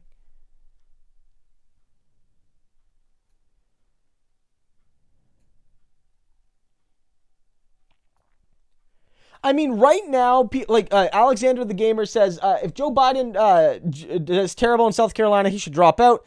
Tulsi Gabbard should drop out soon.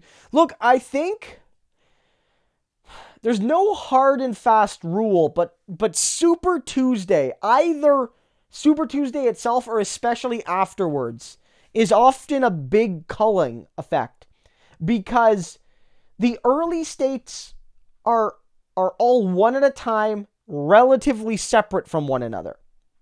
Because there's Iowa, and then 8 days later there's New Hampshire, and then it's about, I think it's like 2 weeks or so later, you have Nevada, and then a short bit after that, there's South Carolina. All one at a time. But Super Tuesday, there's like, I don't know how many states there are exactly, but there's like over 10. And some of them are really, really big states. And they're all over the country. So it's the first time where the campaigns and the candidates are expected to actually have like a national infrastructure. And that fundamentally means that, like, if you don't have the money and the volunteers and the staff and the resources and the whatever, like, you're done. You're done. You're either going to drop out before then, or you're going to get creamed and then you're going to drop out. So I have to think, guys, right now, here's my prediction. That I do right now, it's going to be Bernie versus Bloomberg after Super Tuesday. Scary as it is, Bloomberg has tons of money. Bloomberg is rising in the national polls and in the Super Tuesday polls. And Biden is tanking. And Buttigieg and Klobuchar both have done well so far. But there's no indication that they're rising quick enough, fast enough among non-white voters. I think it's going to be Bernie versus Bloomberg, guys. Like, yeah, Vahab says, hopefully us Canadians can get off our butts to get dental, vision, and pharmacare. 100%. 100%. Sinistory says, actually, why is the NDP orange anyway? I got the Liberals got red first, but there's a whole rainbow out there. Sinistory, odd as it is, I actually don't know why we're orange. And I've written a book on Trudeau and the NDP and Labour. So you're right. In Canada, our political party colors are actually flipped from you guys in the States. In Canada, our two oldest political parties were the Liberal Party and the Conservatives. And the Conservatives were always blue and the Liberals were always red. But like the Liberal Party isn't connected to the Labour Party in Britain. In the rest of the British Commonwealth, like in Australia, New Zealand, England, Ireland even, the Labour parties all have red and the Conservatives all have blue. The Liberal parties have yellow. Here in Canada, for whatever reason, the Liberal Party is red, the Conservatives are blue. When the CCF was formed, the party used green and gold. Right? They used green and gold. If you look, the people, the members on the channel, I think Sinistory is a member, and Joseph, one of the emojis I think is the old CCF logo. It's a green and gold logo. I don't know why they went with orange. Maybe they went with orange because it stood out. Like, honestly, maybe it's because, like, the color was bright and it stood out. And red was already taken. And, like, any of the other colors would have been weird. They went with orange.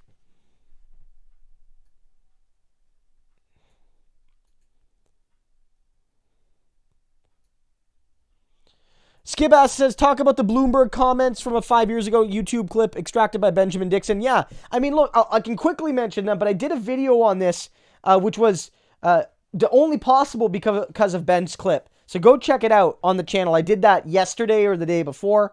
Did I do that last night? I did that recently. Go check that out. Check that video out after the stream. But in general, Michael Bloomberg basically defended his stop and frisk policy. But you know how stop and frisk is clearly like racist, where it's like we're gonna randomly stop people that like may have committed crimes, and it's almost always young, racialized, non-middle and upper class people, and like. And people who defend this system will swear up and down that it's not at all racial motivated. It's just a coincidence. There's other factors. And Michael Bloomberg, in this private tape that he tried to bury, right? He tried to bury it 5 years ago. There's a report that I cite in my video, if you go watch the video, where Michael Bloomberg tried to ensure that this recording didn't go out, where he basically admits that, yeah, we target young, racialized people from certain neighborhoods. We target those people.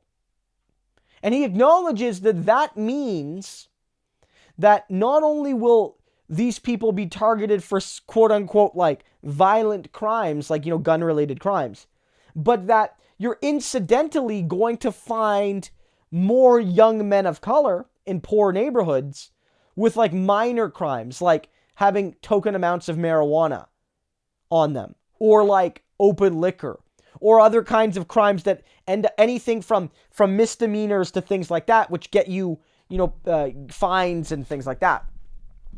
Which is why in the United States, white people and black people consume cannabis at a similar level. But black people are far more likely to be criminalized for that usage because police will pull them over more, will stop them more. And because lots of people, even where it's not legal yet, use cannabis products, if you just randomly stopped everyone, you'd get tons of people having illegal substances. But if you only target the poor and young and racialized, well, my goodness, they're going to be the ones that are seen as, connected to these illicit substances. And Michael Bloomberg lays this all out and basically says, I'm proud I did this and it's the right thing to do. Joseph says, good evening. Joseph, thank you so much for stopping by. Always happy to have you here. Thanks for your support on the channel.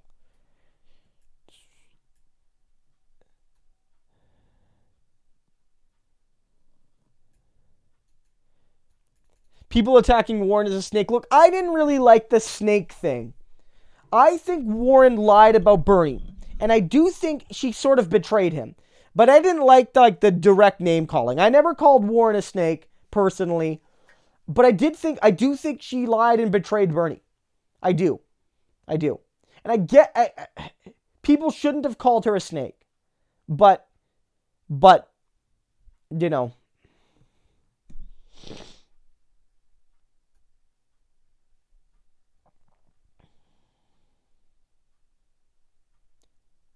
Yeah, Justin, I think you have a point there where Tulsi's got some interesting positions on foreign policy, although I don't always agree with all of them either. But she doesn't have the right positions on domestic policy, and I get it. It's not just about domestic policy, it's about both. But I feel like if you want Tulsi, and I'm not sure you want her anywhere near the Bernie presidency on anything, but if you want Tulsi as part of Bernie's team, then you don't have her as vice president. You associate her with foreign policy if you believe she has good foreign policy. But you don't let her near Medicare for all or the Green New Deal or free education. Because she's not trustworthy on those issues. It's not even that she's not trustworthy. Because on some of those issues, she's been honest, and she just doesn't support Bernie. Tulsi Gabbard, and this might piss people off, would make far more sense as a vice presidential pick for Pete Buttigieg than she ever would for Bernie Sanders on the broad ideological questions.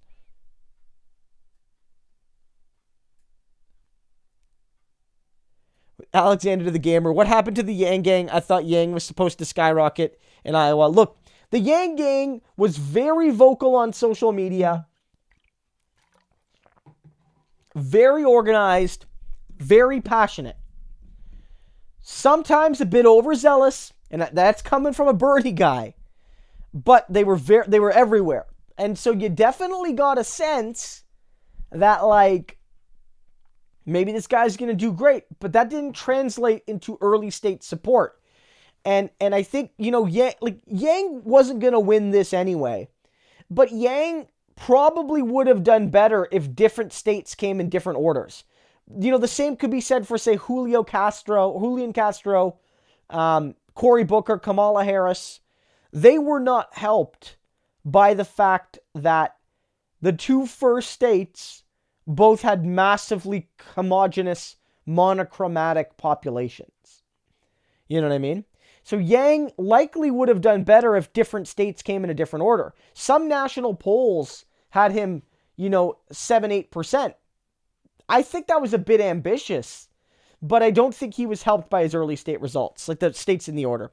But also, it's like, look, Yang Gang's super active on the internet, but that's just a small fraction of the people who actually vote.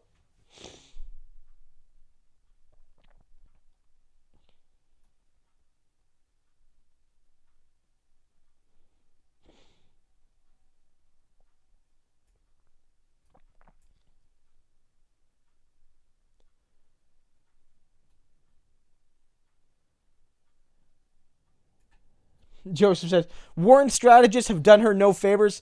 Like, Joseph, I think you're right.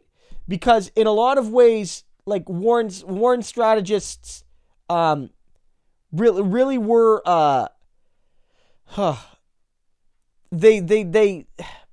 Warren was in a good position in this campaign, right? Like, Warren had a good position on Medicare for all and was running on many of Bernie's policies. And for a while, she was polling ahead of Bernie. And then she started taking on advisors from the neoliberal campaigns. She started taking in Hillary Clinton advisors.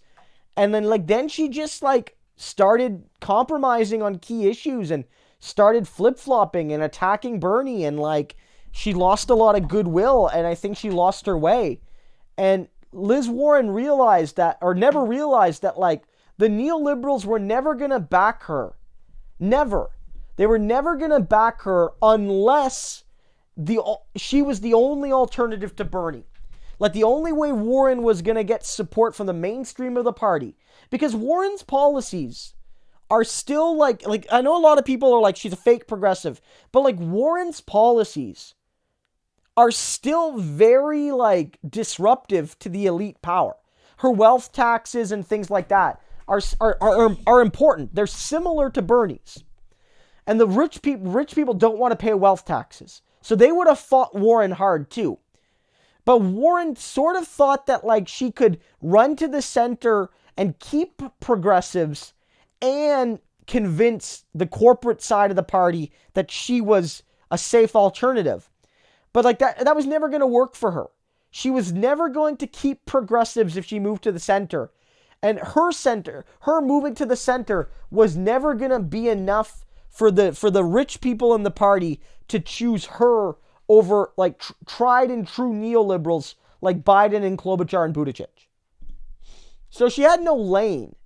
Warren should have just kept running relative to Bernie. She's never as progressive as him, but relatively close to Bernie, and tried to beat Bernie in a good, fair race. And when she lost to Bernie, she should have dropped out and endorsed him.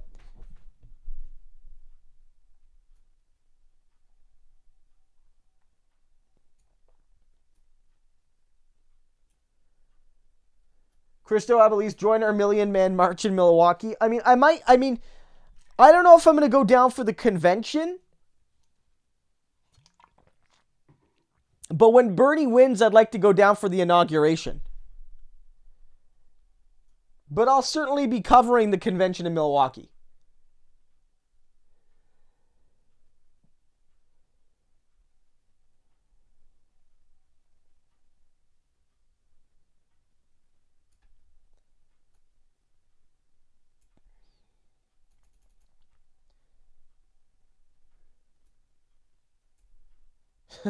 Joseph Mangano, if a tree falls in the forest, sounds like Michael Bennett or Deval Patrick's campaigns. Yeah, there's been a lot of campaigns that like never really existed, like Sestak, Deval Patrick, Michael Bennett, John Delaney. So, like, these people never really existed as candidates in a lot of ways, right? It's kind of funny when you think about it. Like, that they technically ran for president. Technically. See, Lisa, you make a good point that Tulsi does not have enough money in the coffer to continue running for president. But that depends on what her organization looks like. This is why Kamala Harris dropped out so early. Despite the fact that she was polling well enough to still be on debate stages. And the reason was a couple things. One, I think she was worrying about a primary challenge in the Senate. And she was like, I got to drop out. Two, I think she was worrying about the legacy effect. That if she gets blown out here, it could hurt her in a future run. Where she drops out now, she can live to fight another day.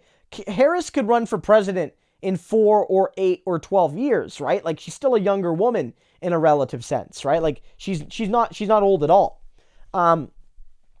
She's got a lot of years left to run for president. But I think a big factor was she built a national organization that intended to compete to win. And a lot of people thought Harris could have won. Right? I mean, I was always a Bernie guy, but I did think Harris would be one of the main competitors. I really did. I was wrong. And because she built that campaign, when she started to flounder, she didn't have a way to scale down. Right? She was hemorrhaging money, and so she had to drop out. Gabbard likely never thought she could ever win this. Or even come close to winning anything anywhere. And so Gabbard might technically be running for president, but I don't know how much, if any, a major amount of money she's spending.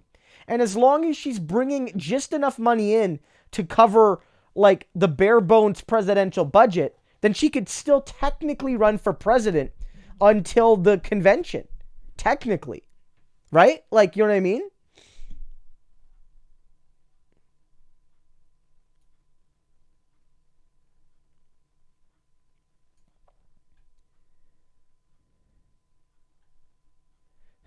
Comrade Internet. The only way to make vote blue no matter who viable is to relentlessly, viciously, gleefully bully everybody but Bernie out of the race. Look, we don't have to bully people out of the race, except for Howard Schultz. Remember the Starbucks guy? We definitely bullied him out of running for president. Although he was never going to have major support. But, look, vote blue no matter who. Like, we have to remind people, all the neoliberals that were saying that, like, it's going to be time to pay up because Bernie's going to be the nominee.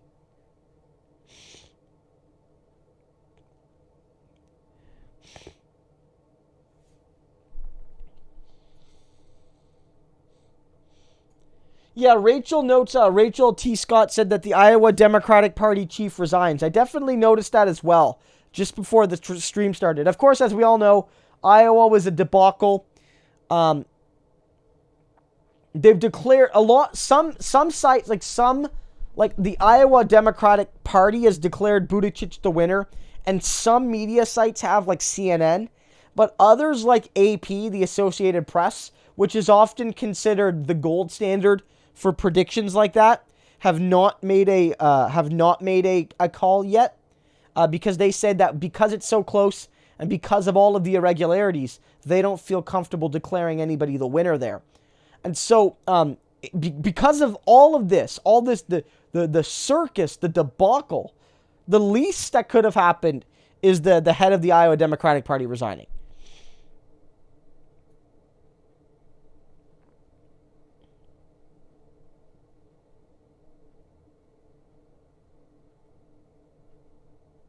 Go Habs said, I'll see you all at Bernie's inauguration. Look, man, we'll have a party there maybe. I think you'll see a lot of Canadians go down to Washington for that.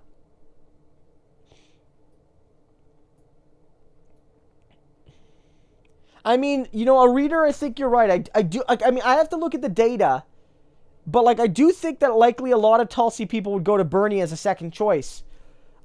I think that a lot of these smaller candidates, especially if they feel they have a certain affinity to someone in the race, they really got to look and say, at what point does my ego and my vanity,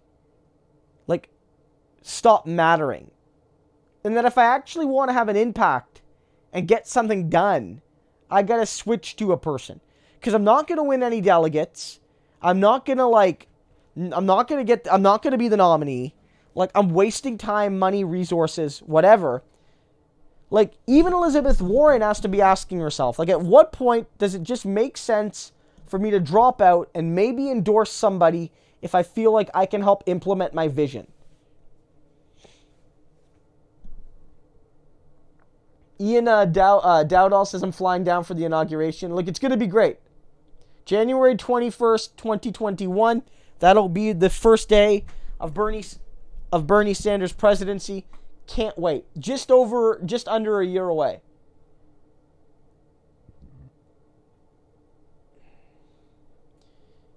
Yeah, I can see people having discussion about tankies and the USSR and things. Yeah, just to be clear, not all Marxists are communists in the capital C sense. Marxism is not just an ideology, but it's also a frame of analysis. And not all people who use Marxism as a frame of analysis agree with the ultimate application of that into a coherent political vision. So some people that are Marxists might end up supporting the USSR as it existed under Joseph Stalin. But other people would say that the analysis of capitalism by Marx is bang on, but they tend to maybe be more anarcho-syndicalist in their approach, or even a lot of democratic socialists who agreed with Marx on his diagnoses of capitalism, nonetheless felt that the only way to solve it in an effective manner was through reform and not revolution. And so there are lots of Marxists that approach politics very differently.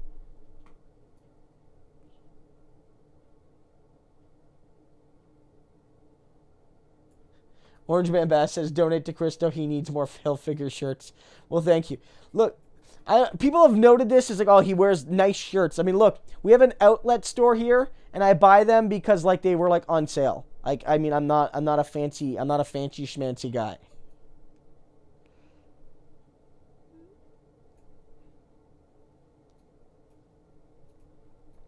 Yeah, Sinistoria is right. Tanky is it used to be used in a lot of activist circles, but now it's very much an online thing. I don't know if I'm sure I have, but I haven't heard people use tanky outside of YouTube or Twitter or whatever, in a long time. Jake says, is Rebel Media fascist? Are they fascist? I don't know. That's I'd have to really sit down and examine the core definitions and then seek examples. What I will say is that they are sympathetic with far-right ideology, that they embody a lot of it, and they likely have tendencies that are sympathetic with fascistic movements. Does that make them fascist? I don't know.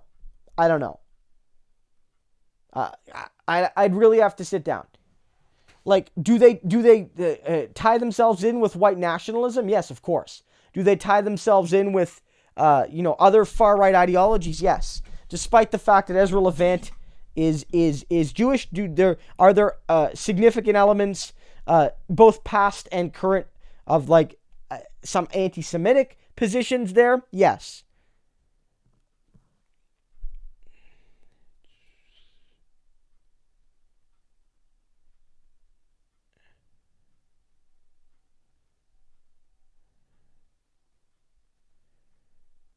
Lee Woodworth says that he thinks it's going to go to a contested convention. I mean, right now, there's a chance that's going to happen. What's going to determine that are a few things. One, how many people keeps staying in the race. Like, if 3 or 4 people are in the race for the long haul, and in many of the states, all of those people are able to get the 15% they need to get delegates, then it's going to be very hard for Bernie or anyone else to win enough delegates to clinch it. But if Bernie keeps romping ahead and eliminates most of the field, then he could have enough delegates to win. He could have enough. It'll be tight, but he'll have a chance, right? He'll have at least a small chance to win the nomination. Of course, if Bernie Sanders basically starts running the table, then then later on, he'll likely just win all the other states by default because everyone will be out. And then by the time convention comes along, he'll win, right? So there's a bunch of different scenarios.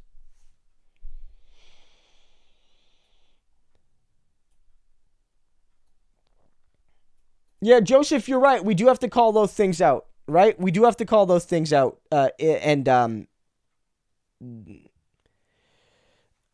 If it's Bloomberg versus Bernie, because right now I think Bloomberg and Bernie, I think both have the potential to pick up African American support. If we look at polling that shows Biden's collapse there would likely benefit Bloomberg and Bernie most of all. So noting these things would be very important.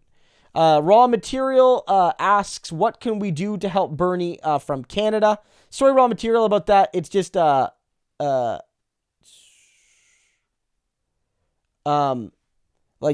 takes a long time to get to these questions.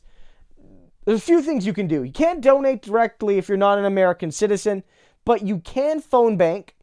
You can go down to the states and volunteer. You can help if you live in certain communities that have Bernie supporters there. You can work with them to try to bring out Americans living in Canada to vote in the Democratic abroad primary. So, like, if you're in Toronto, if you're in Kingston, Ontario, where I am, you could do this too. There are Bernie for Canada chapters, and they're often organizing people. In a lot of university towns, they're usually pretty active because there's Americans that go to Canadian schools, and they are, the students are usually a prime Bernie demographic.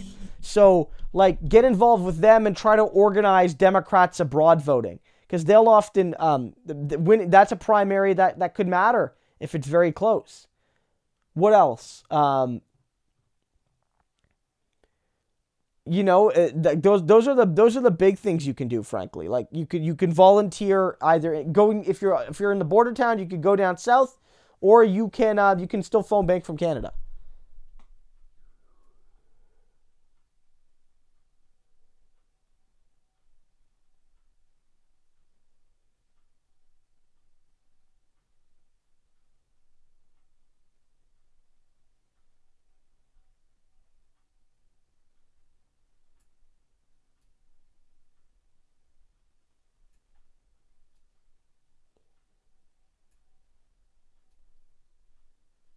Comrade Internet. Yeah. Stuff. Look, I do think it could be Bernie versus Bloomberg, guys. I don't know. I just feel that, like, with Biden collapsing, with Warren collapsing, with Buttigieg and Klobuchar, I don't think being able to get support beyond, like, narrow white, like, states like New Hampshire and Iowa, it's like, who else is going to compete with Bernie? And I think it's Bloomberg.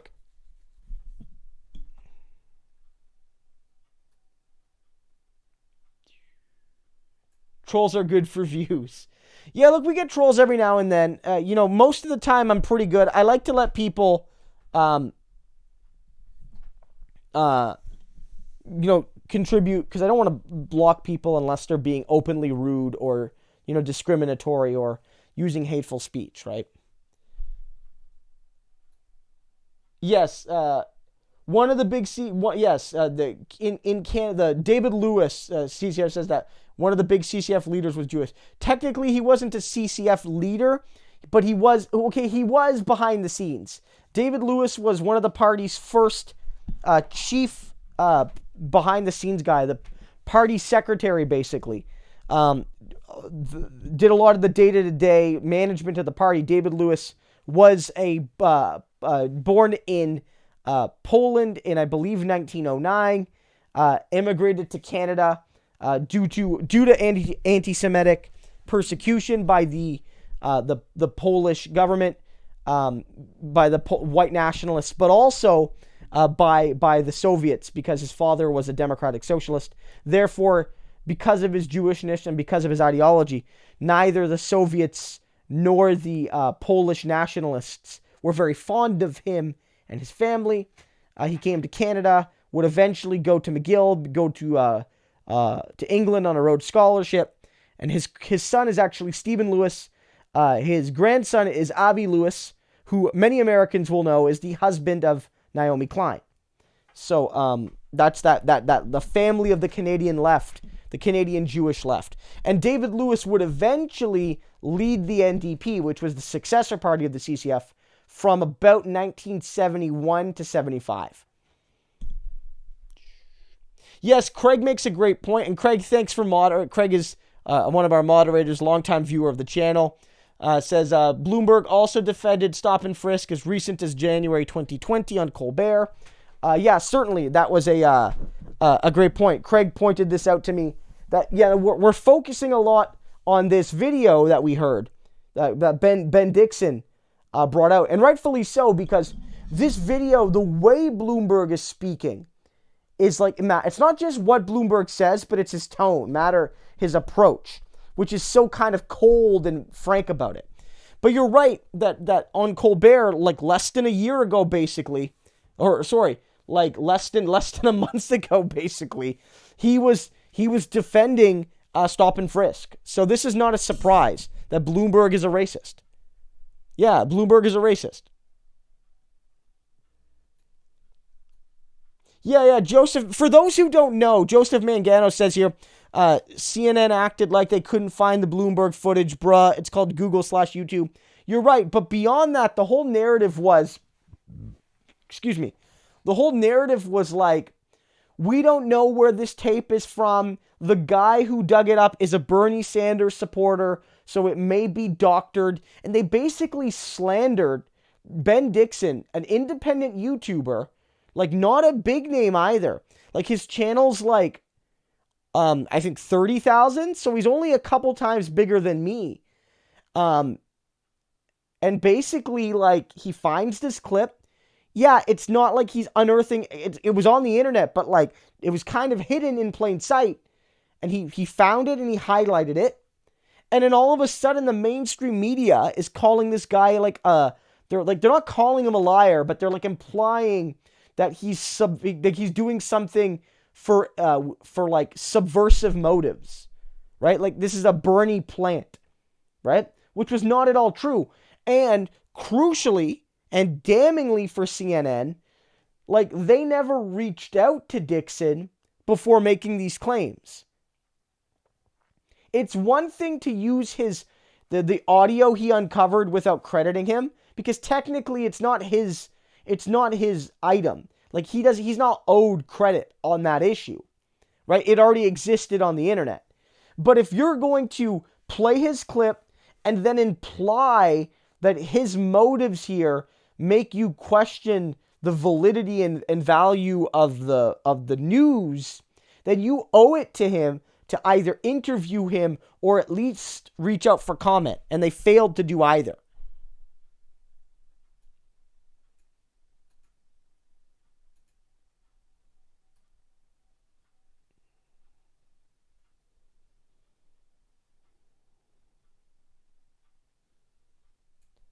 Yeah, guys, I really do think Bernie's going to win. Look, Craig's been a part of with my Patreon. If you give $10 a month, I have like a Slack chat where like we have some of my patrons in there. And we've been talking about this on and off. And for a long time, we were like, do we dare dream that Bernie could win? And it's not like we didn't believe it, but it was almost like we didn't want to get hurt, right? We didn't want to like invest in it only to be heartbroken. But now, like I've always believed, but now I really do believe Bernie is going to be the nominee. And I think he's going to beat Donald Trump. I think Bernie Sanders will be president of the United States. I really do. It's not a guarantee. It's not a guarantee. A lot of work to be done. He could lose. He could still lose. He could lose the presidency or he could lose the nomination. But I think, like right now, my prediction is January 21st, 2021, I'm going to see all 178 of you in Washington.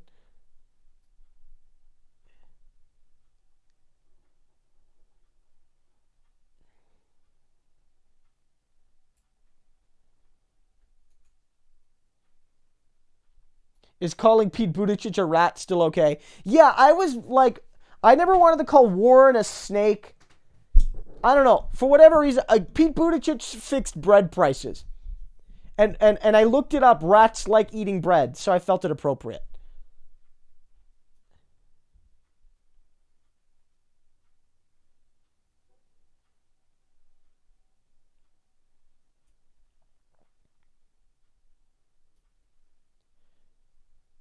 Yeah, Jordan Sinisterio is right. Jordan Peterson, the famous alt-right psychologist and grifter, was like when he was younger was a member of the NDP. Yeah, and I didn't actually know he was childhood friends with Notley. I never saw that Sinisteria.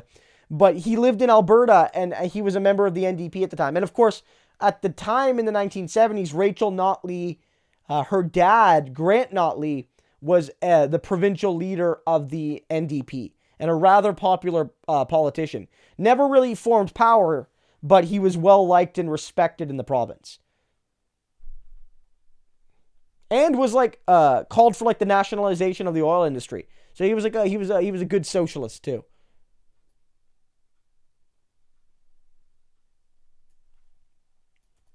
Emily Goldberg, unless I'm mistaken, she's the one who is the CEO for the company that designed the app they used in Iowa and who had a whole bunch of pro-Pete Buttigieg tweets and stuff on Twitter. And then I think after the app basically broke and just all of these things just so happened to start spitting out results that benefited Buttigieg, sort of scrubbed a lot of that from social media. So I think I don't know. Look, can we definitively say that Iowa was rigged in terms of the count to hurt Bernie? No. But I do think Iowa was rigged in how the results were reported. I really believe that. I don't think that they purposely miscounted the things to hurt Bernie.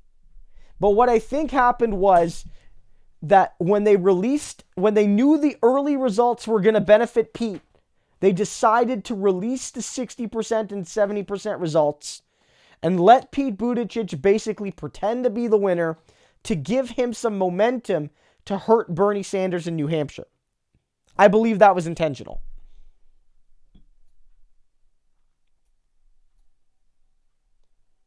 Yes, Aaron Clemens, Jordan Peterson, given that he's all about control and stuff, is facing addiction issues and it basically nearly passed away because of them.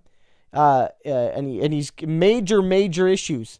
There's a really good tweet in, or I think it was a Beaverton article where they said something like, then the National Post, which is sort of like one of our right-wing papers here in Canada, right-wing newspaper, takes break from vilifying, people with drug addictions to show sympathy to Jordan Peterson. Because it's one of those sources that will, always get mad when, the NDP or somebody else tries to say that we should decriminalize drugs and that whether it's prescription drugs or narcotics or recreational drugs, we should not treat those issues as criminal justice issues, but as healthcare issues and as addictions issues. So we shouldn't even if we recognize certain substances are dangerous, we should not punish people criminally for using them.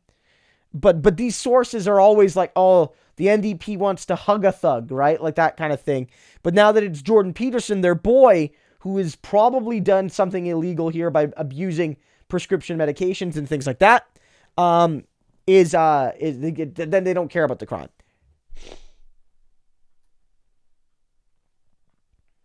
Notley's mom was Peterson's school librarian. Yeah, see, Alberta is like, if you lived in like Edmonton and Calgary, those are big cities. They weren't small cities back then, but like they're small towns in a sense, right? Especially if you travel in NDP circles.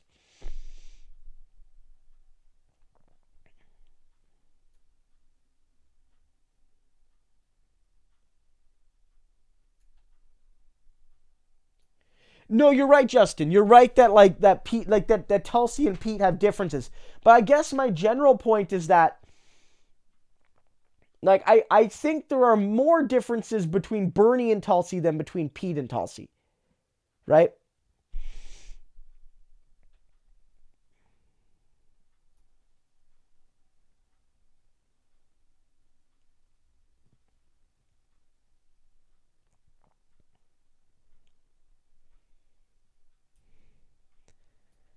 I mean, yeah, I mean if Tulsi could credibly go to people and say that she backs the UBI and convince people, maybe she could get Yang supporters. But I doubt it. I think Yang people are gonna wait a while. Yang himself has said that if somebody carries the mantle of the UBI, I'll endorse them. But I don't think Yang is going to endorse Tulsi. And it wouldn't make sense because Tulsi, for most of this race, has always been behind Yang. Like they've both been on the lower echelon, but Yang's always been more competitive than Tulsi. Like Yang's been in most of the debates. Yang's polled better. Yang has raised way more money. Yang has had, like, both of them have support, but Yang has, like, I think a bigger base, a bigger base of supporters, both online and real life. So I don't think he's gonna go ahead and endorse Tulsi Gabbard. I think if Yang does endorse somebody, it might be Bernie eventually, but I don't know if he's gonna make that move yet. Yeah, and I'm like, Yang's campaign was successful, like objectively. Like Old School Bird says here, he beat out many establishment types. He beat out many people that had way more money, had way more media attention, had way more experience, had way more party connections, all of that. And he beat out a lot of people, right? Like, I mean, Tulsi technically has as well, but again, Tulsi's basically, she stopped going to the debates and she hasn't really been on the scene, really. Whereas Yang really made it. Frankly, Yang was one of, like, the final, like, 6 or 7 people. He was on that last debate stage. And it's hard to get on the debate stages now. Like, it's hard to qualify for debates. You have to raise a lot of money, and you have to poll pretty well.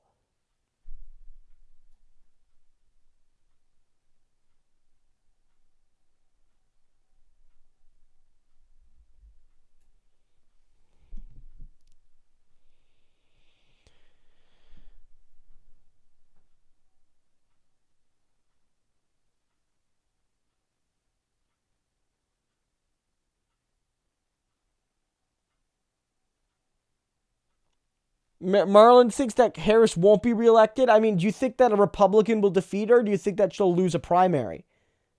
Because I mean, that's tricky, right? I don't think a Republican's going to win that seat. Marlon, maybe I'm wrong, but I don't see it.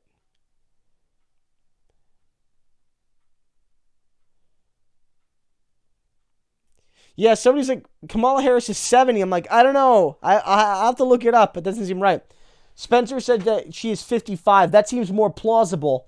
I actually thought she was a bit younger than that, but that makes sense. That makes sense. So if she's 55, if you look now at who's running for the Democrats, like who are the front runners? They're all in their 70s. Warren's in her earlier 70s, but Bernie, Biden, and Bloomberg are all in their late 70s. Right? And I mean, even if you want to say like, well, Klobuchar's in her 50s and Buttigieg is in his 30s. But I don't think Buttigieg and Klobuchar are really competitive nationally.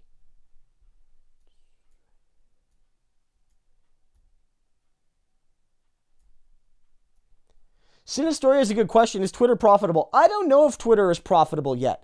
I know they've had like long historic issues of profitability, right? Like,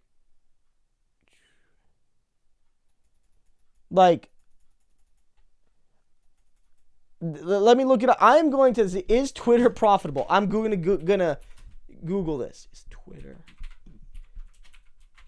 profitable? It actually comes up like one of the. Okay, apparently it says that it had its first profitable year in like 2018, 2019.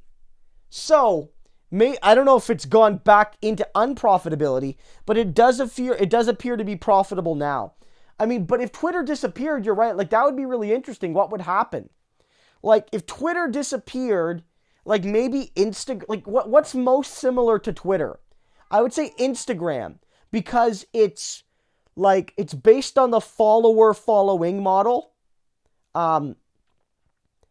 It focuses on like the posting system.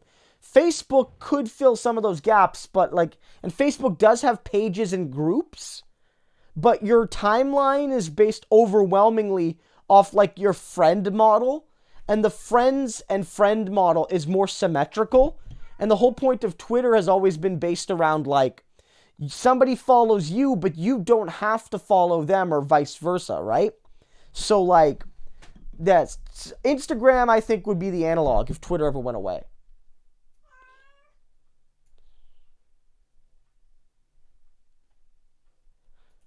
Robinhood says with the super chat again, Robinhood, thank you so much for your support. If Rebel Media is far right, why was Faith Goldie fired? Could you do a video on her scary character? If you go back to my earliest days on the channel, Robinhood, I've done a couple videos on Faith Goldie.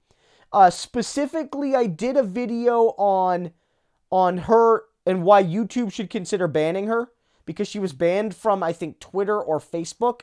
And I said the rationale applies to her YouTube. And also, I did a video specifically on her. I did a video specifically on her and Lauren Southern and other people, other Canadian far-right voices, and how they've enabled the far-right on social media. Kind of connecting them to the horrible incident in New Zealand that happened last year. And I did that as one of my videos, one of my earliest videos. So do check that out. But I mean, she was fired because she was too crazy even for the Rebel. So the Rebel's far right, but she might even be farther right. She has been much more comfortable directly kind of referencing like Nazi stuff, to put it another way. Marla says, who is easier to fight, MAGAs or neolibs? I would say MAGAs, I think. Neolibs, like MAGAs are much more rooted to Trump himself. If you defeat Trump, the MAGAs are like much weaker, but the neoliberals still fundamentally control like both Republican and Democratic parties, the liberal and conservative parties. And let's be real, Trump has some sort of right-wing nationalist tendencies, but he's still at his core like a neoliberal. Cut taxes, mark deregulation when it suits him and his capitalist regime, etc. Fight, privatize, deregulate, etc. Right? So yeah, the neoliberals are the more persistent threat.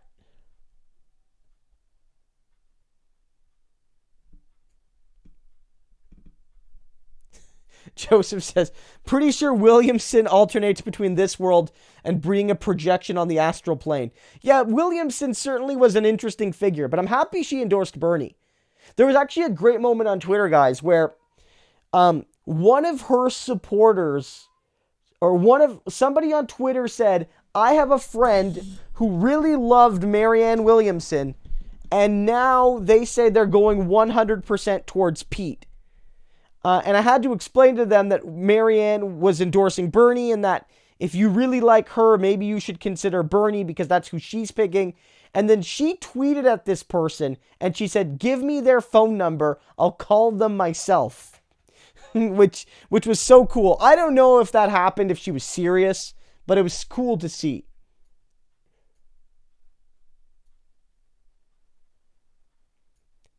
Christo is a centaur? I don't understand. Thanks, Orchman. I don't know. I know like that's meant to be an insult, but I don't get it.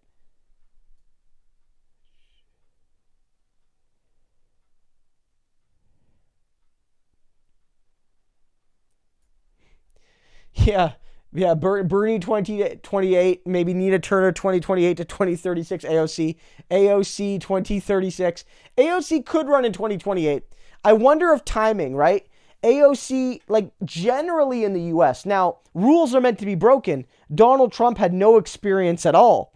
But like generally, people who run for president and win were either governors or senators or like vice president.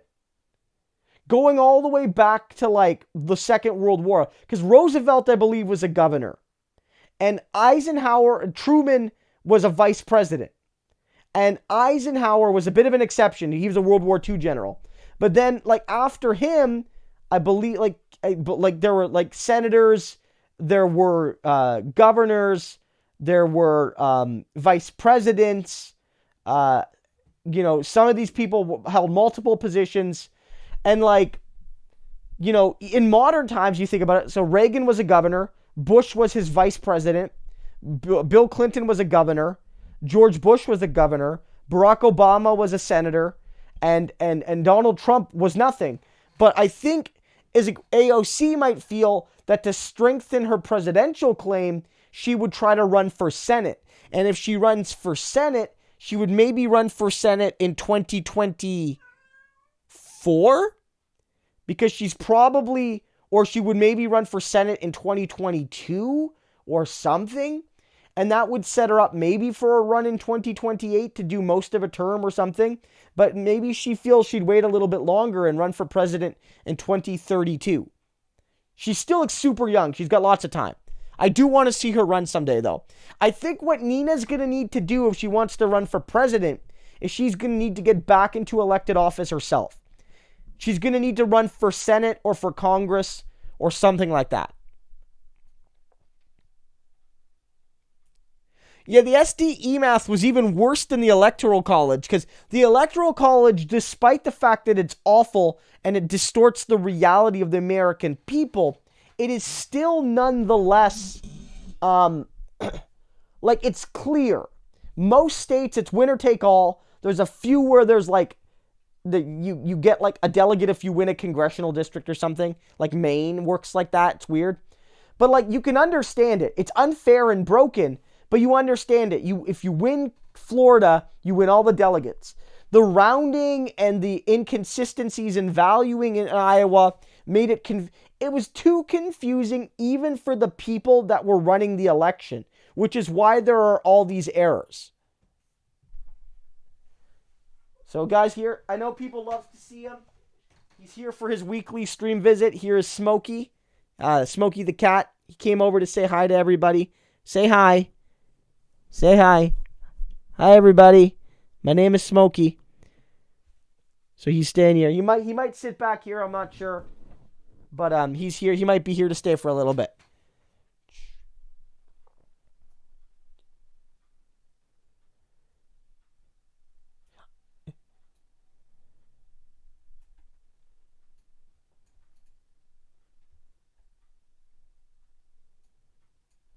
Matt Lipton, I am keeping up with some of the in Ontario politics. So right now in Ontario, we have two by-elections coming up. There's the by-election in Orléans, and there's a by-election in Ottawa-Vanier. Both of those are former Ontario Liberal seats. So I think Orléans is probably going to go safely Liberal, but I think Ottawa-Vanier may end up being competitive. May end up being competitive for the NDP. So we'll see about that. I'm not exactly sure, but I think the NDP has a shot in that one. Also here in Ontario, the Ontario Liberals look to be picking Del Duca as their leader. It's good news for the NDP because I think Del Duca has the chance at pulling moderate conservative voters back to the Liberals. And in the polling that we've seen, when you include Del Duca as the leader, Andrea Horwath is effectively in a tie with Doug Ford at about 31-32% for first place.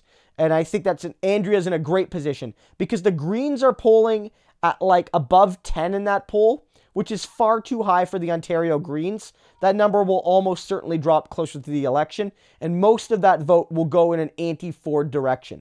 So if Andrea can be in a position where she's in second place or in right behind Ford, she will become the anti-Ford choice, and she's in a great position to win. And if she's able to win Ottawa-Vanier, that'll be a huge win for her and for the NDP.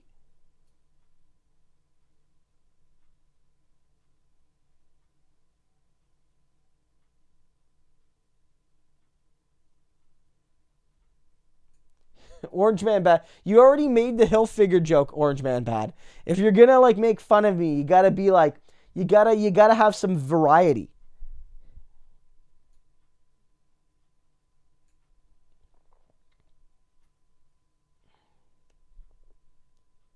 I did not see the new video about Bloomberg supporting redlining, Craig. I did not. That's crazy. That he won. Well, one, I'm not surprised that he supports it, but that he admits supporting it, even in private, and that two, he feels it caused a crisis. That's insane. I'm going to check that out after this stream. Certainly.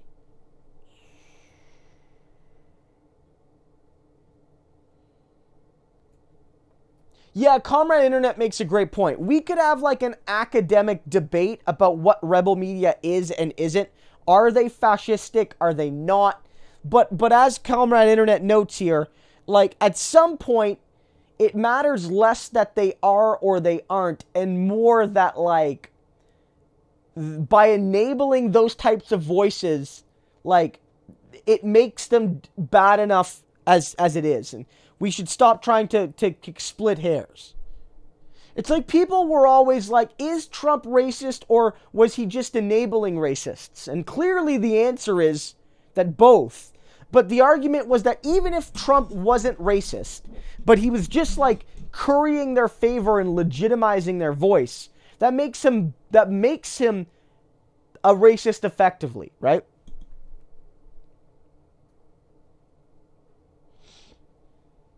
Sinistoria, thanks for coming by. Great to have you here. And I very much appreciate it. And Joseph, thanks for letting us know here, guys. I know I'm a little bit behind, but he says that 14 states and Democrats abroad, which is where Canadians, Americans that live in Canada would be part of that, vote on Super Tuesday, which is March 3rd.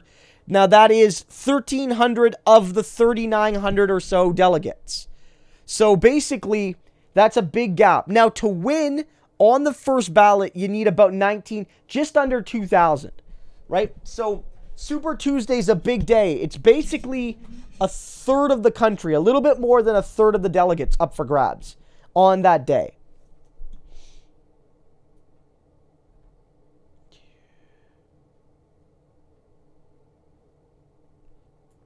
Arya Stark says that she's in Canada volunteering every day for Bernie. Love that. That's great to hear. Everybody can do their bit to help him. It's fantastic. Yeah, Rachel, I think I agree with you. Rachel asks about how the culinary union in DC, in Nevada, are basically lying about Bernie Sanders on Medicare for All and then getting mad when people call them on their lies. And I can see right through it. It's clearly a union that for whatever reason sees itself as tied in with the neoliberal part of the Democratic Party. They supported Hillary, I believe, in 2016. And like they're very close. They're like strong with Biden for whatever reason. And they're saying that Bernie Sanders is going to destroy union health plans when Medicare for All actually has provisions to include unionized plans within the Medicare for All framework. And so they're basically just lying.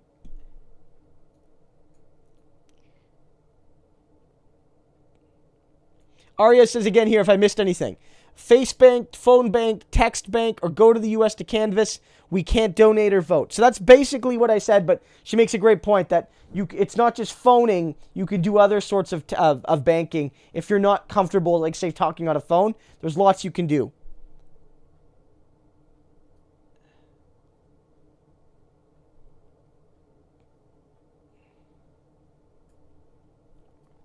Yeah, we're not getting, unless you're watching American TV, like unless you're watching CNN, MSNBC, things like that, which we do get in Canada. We get all of the major US networks. Then you're not going to see much in the way of Bloomberg ads in Canada. You're not going to see very much. Aaron says he's gotten at least a dozen US citizens in Canada to register for Dems abroad for Bernie. Fantastic news. I mean, look, there's thousands of delegates. So there's the few delegates for Dems abroad may not play a role, but every last delegate is going to count if Bernie is going to put the convention beyond doubt and win on the first ballot. So those 12 people you signed up, Aaron, it might not make the difference between Bernie finishing first or second, but it could make the difference between Bernie winning on the first ballot or not. And that's fantastic to hear.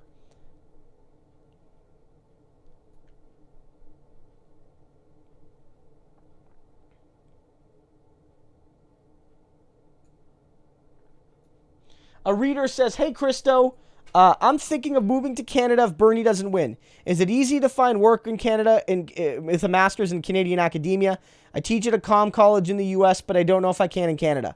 In general, I'll be honest with you, a reader, the job market in Canada in academia is terrible.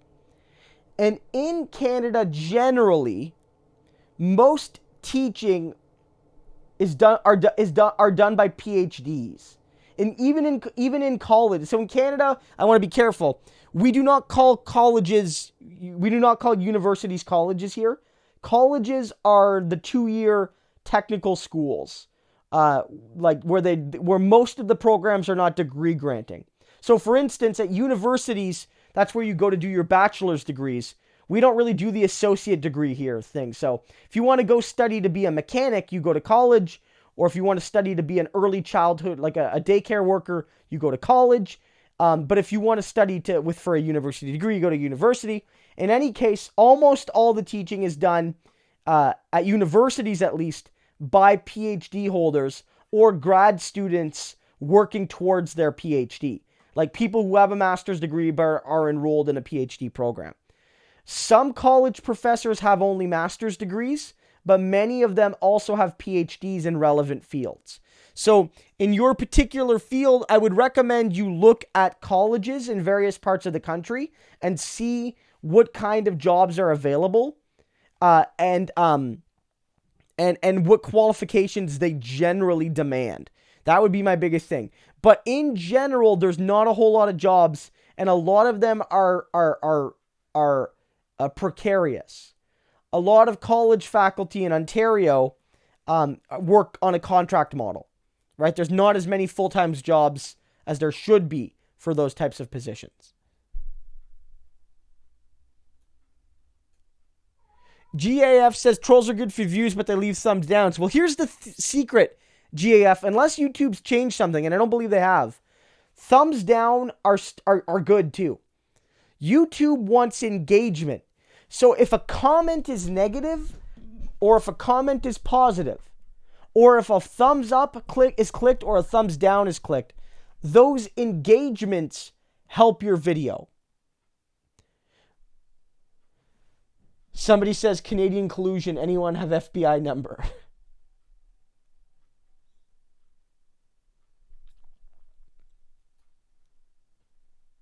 No, you're right. That's a great point, Aaron. Aaron makes a great point. 13 delegates for Dems abroad. Every delegate counts. And, as you note, not a lot of U.S. citizens bother to vote in the primaries, which means that it's easier to win those delegates if you're more organized. That's the truth, right? That's a good point.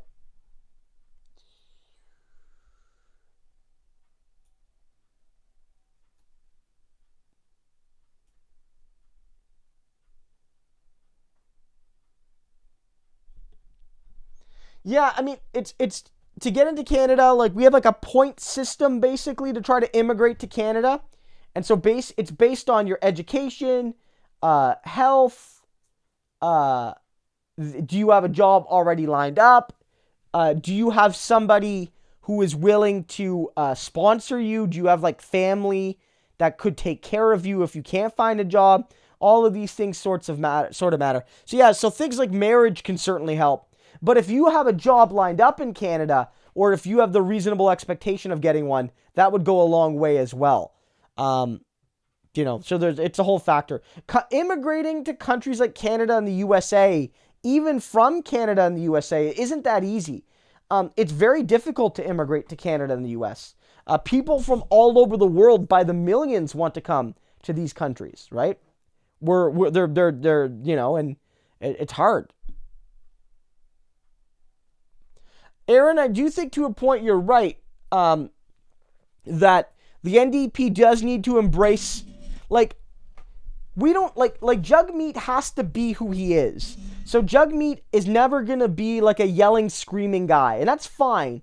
But I think that the NDP does need to take the gloves off a little bit more. Call out the BS, get a little angry, have a bit more of that Chapo style that some of Bernie's people have, but we don't.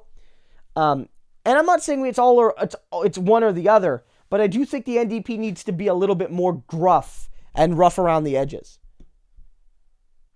Somebody's like, I'll smuggle you up. Yeah, Ben Dixon he's a regular in the Majority Report, so he's definitely known, but he's not even like a massive guy. And you could see the neoliberal media descend on him for having the gall to share a video of Bloomberg doing racist stuff. It was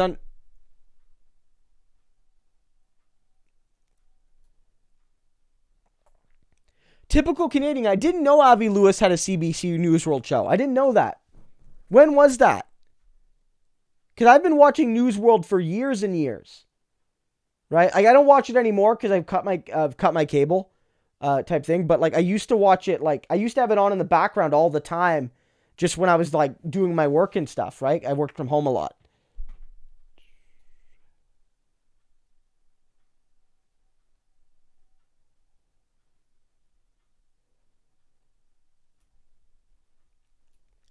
Yeah, we don't have the 90-day fiancé thing, that whole phenomenon. It doesn't work quite the same in Canada. It doesn't work quite the same in Canada as it does in the US.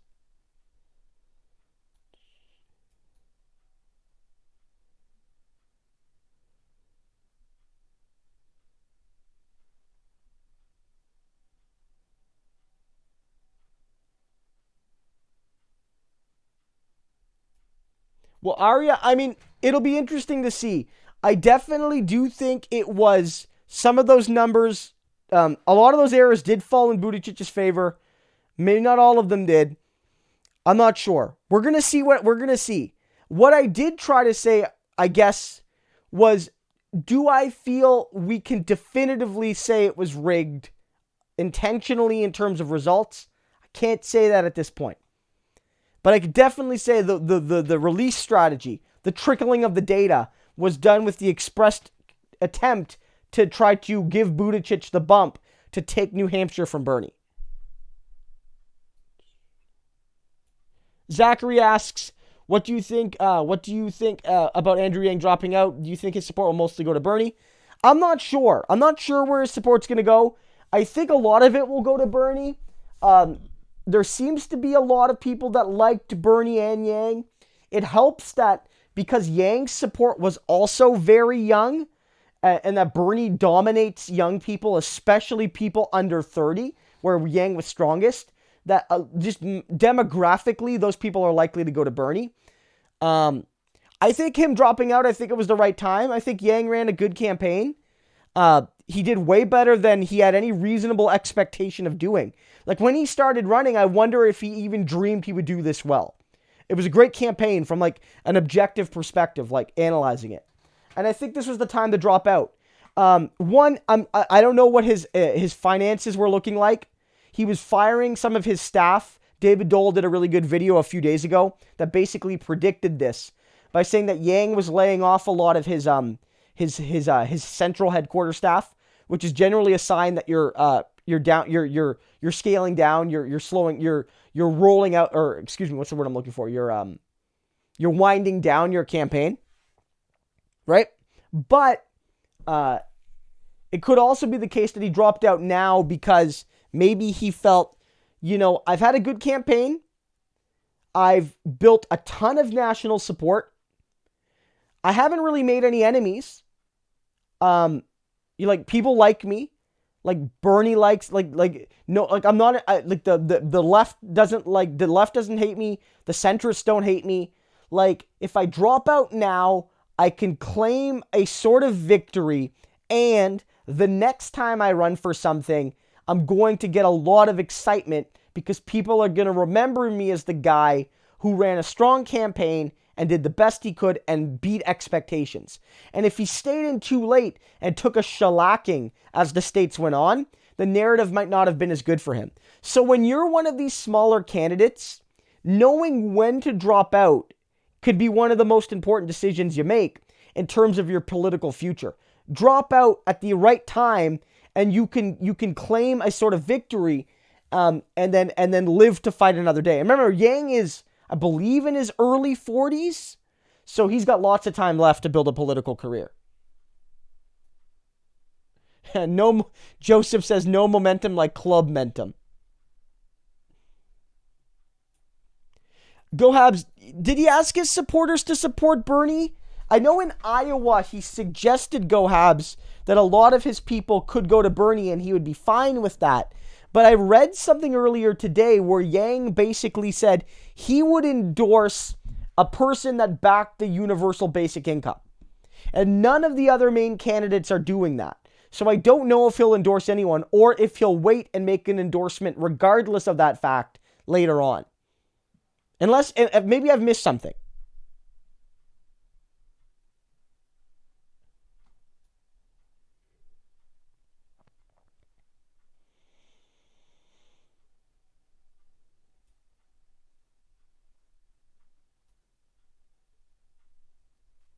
Joseph said you were vocal about their disappointment that Yang was suspending his bid to Bernie people. I mean, a lot of people like a lot of Bernie people like Yang. I mean, look, I disagreed with Yang's style of basic income.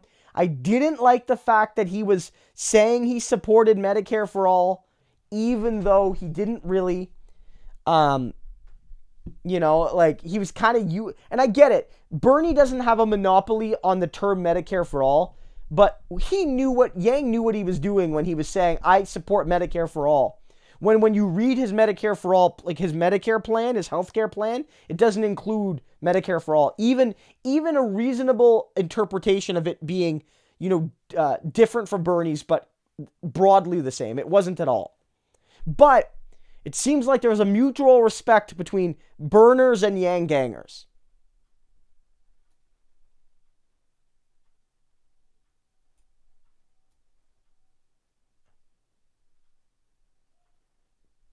Well, Arya, I'm sorry you feel like that. It's just at this point, my position is that I can't 100% say that there was a deliberate, rigged attempt to fix results. That's all I'm saying. Because I don't spread conspiracy theories. I try to look at things to substantiate them first. Would it surprise me? Not really. But we don't have that information yet. So if you feel like you can't watch me anymore, I totally understand that, and I wish you all the best.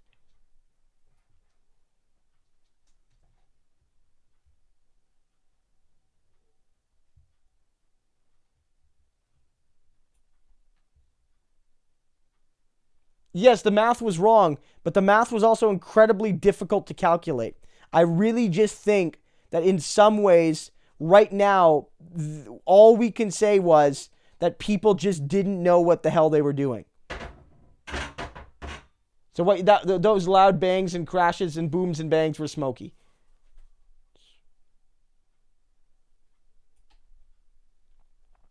I think I knew stuff about the music show Typical Canadian, but I didn't know the other stuff. Late 90s would have been too early for me. I was born in 87.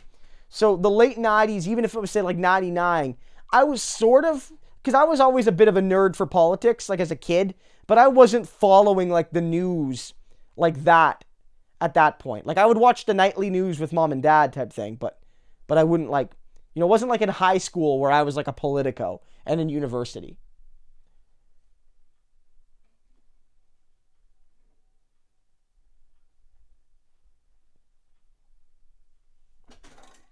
thoughts on Biden. Jay-Z Backo says, thoughts on Biden's campaign, will he drop out?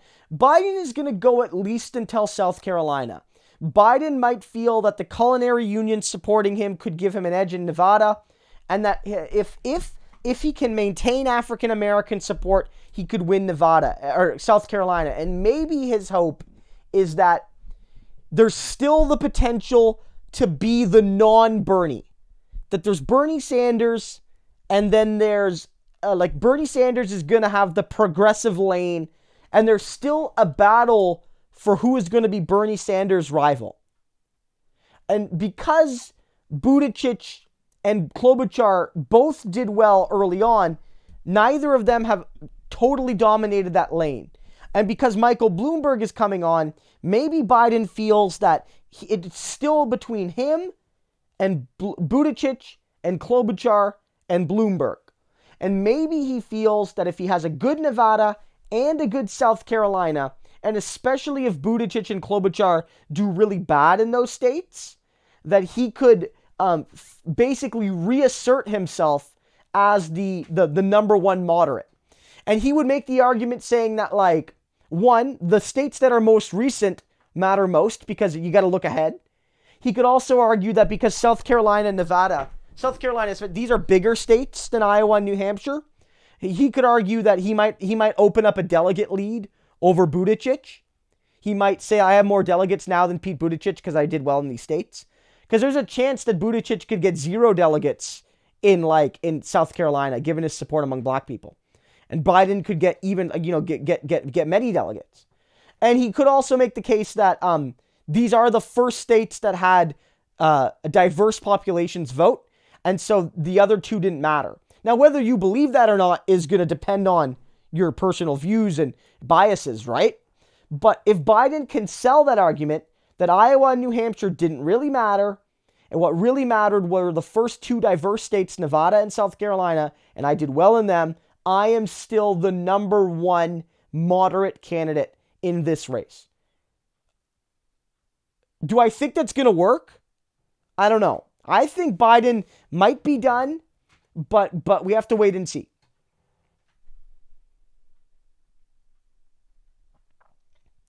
And corporate greed. I like that. Yeah, I definitely like that. All my lettuce. Smokey says hi back. Yeah, typical Canadian. That's very interesting. See, I didn't know that. That's because I was always wondering. Is because Kevin O'Leary is always on the CBC, and he's a ghoul. And it's like Kevin O'Leary gets so much screen time on the CBC, whereas the token left wing show on the CBC, and I guess they used to have one. They don't really have one right now.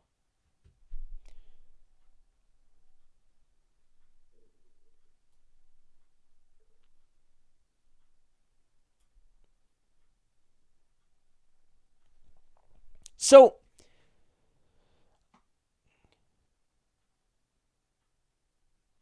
Backo says, yeah, so I'm glad you see my point of view on Biden.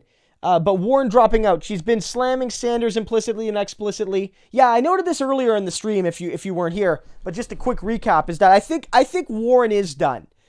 Because Warren always had less room for error than Biden because her national polling was lower. And because she's polling lower with African Americans and Latinos, and because if Warren was ever going to be competitive, she needed a strong Iowa and New Hampshire. And she did okay in Iowa. Her Iowa was fine. She finished third, which was a good result, and she beat her polling. So Iowa was fine for Warren. But then what happened in New Hampshire was that was a state designed for her. It's a very white state. It's a very educated state. Warren does really well amongst educated white people. And it borders New Hampshire.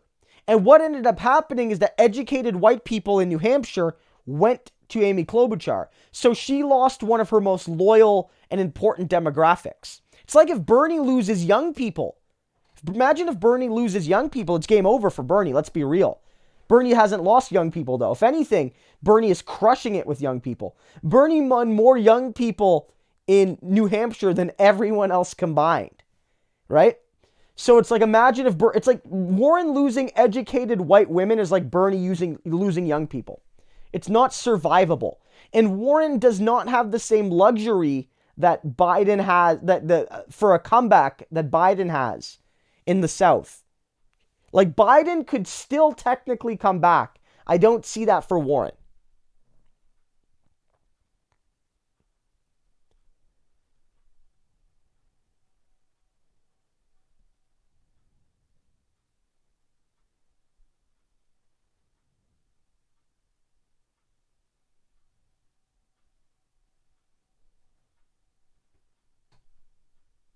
So guys, it's about 10:45. So I'm probably going to wrap up. If you have a couple last questions, maybe throw them in. I'll just do a bit of a closing. So this was great. Good turnout tonight. Fantastic to see so many interesting questions and comments and debate happening in the chat.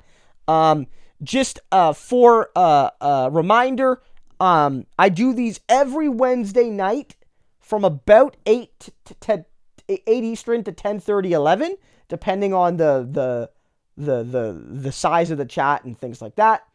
And in addition, I sometimes do live streams after debates or after elections, depending on the night. Although sometimes I do a recap video. I'll usually let you know if I plan to stream on additional nights.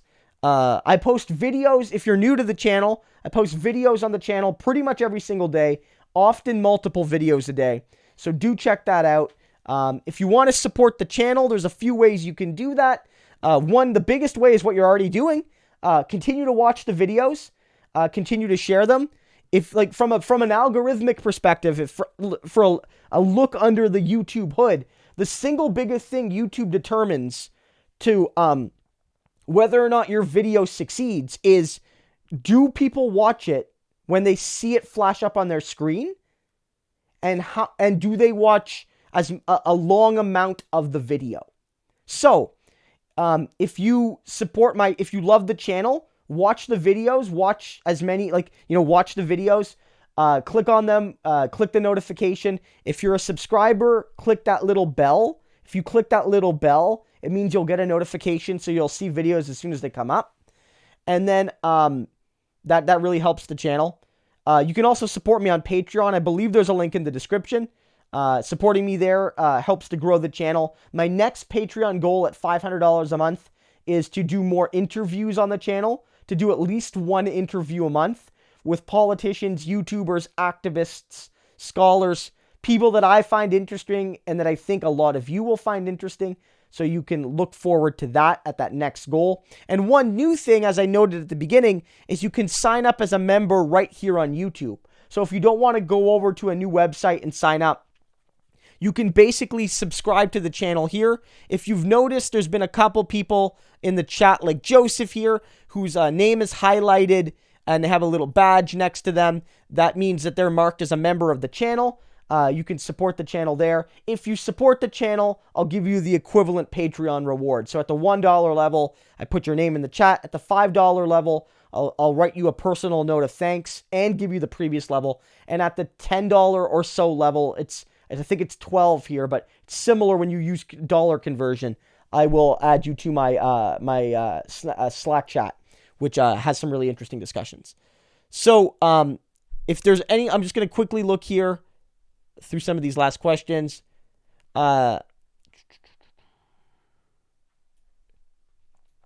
Chris says, how do delegates get distributed in New Hampshire? Doing the count, it looks like Buttigieg would get 8 delegates and Klobuchar 7, but Associated Press showing that they will get 9 and 6 respectively. It's a mixture. I'm not exactly sure. You could probably read up on Wikipedia. Maybe they have a formula.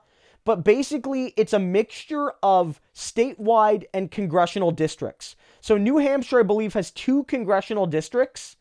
And so that means that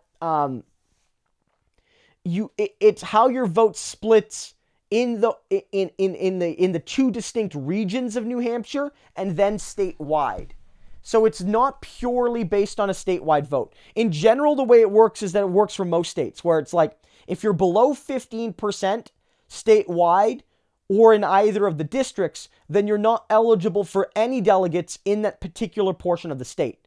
And so basically, Bernie Klobuchar and Buttigieg were the only ones eligible for delegates because either statewide or district-wide, Warren and Biden and nobody else either met the 15% threshold.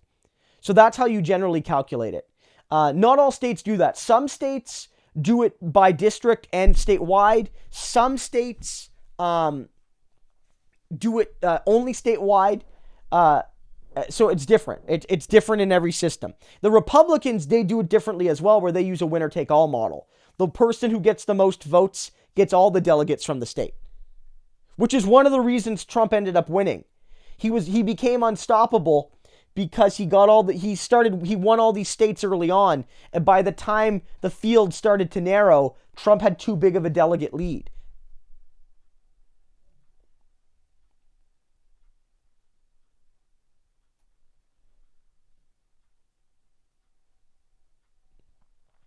Zachary, I didn't see that segment on Power and Politics, but that wouldn't surprise me that that's where they go. It's not a systematic lack of truly universal health care. It's corporations not being responsible enough.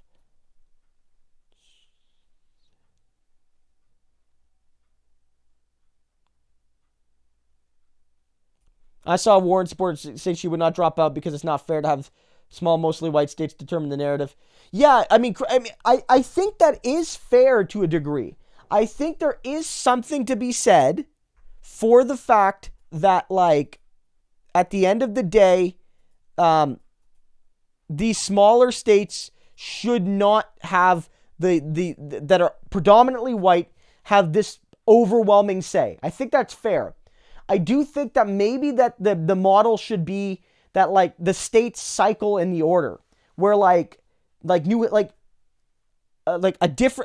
some states get to go early every year, but it's a different group of 2 or 3 or 4 states. And, like, one of them should always be a more diverse state. So, like, yeah, like Iowa or New Hampshire should go early because they aren't, like, they do represent a part of America. But, like, why couldn't the first 2 states be, like, Iowa one year, like Iowa and, say, like, Maryland even? Or why not Iowa? Why isn't South Carolina first some years instead of always fourth? These are, like, good questions, but you're right. Warren's not going to do good in those states anyway. Like, that argument at least makes sense for Biden, right? Aaron says, will I be doing any more Simpsons videos? Those are so good. I do want to get into doing more of that content. Whether it's on this channel or I start a second channel, I'm not 100% yet, but I do want to start doing some of that stuff. I have to get, like, disciplined to, like, work on those videos when I'm not working on my newsy videos. Like, on a slower day, I got to sit down and write my scripts and stuff. So I'm not committing to a timeline, but I do want to make those kind of videos still. It's not, somebody's like, why is it bad that a state's not mostly white? It's not necessarily bad that a state is mostly white, because if that's the demographics of the state as they are. The point people are making is that overwhelmingly, the states that go early in the primary process have such a major weight on the structure of the race, even though they don't have a lot of delegates. And the problem is that it makes it very difficult to determine. It means that a certain type of population have an outweighted say. Whereas, for instance, if, like, Washington State got to go first every time, you would have a more diverse electorate. Or if New York was always the first state, you would have a more diverse electorate in that first state.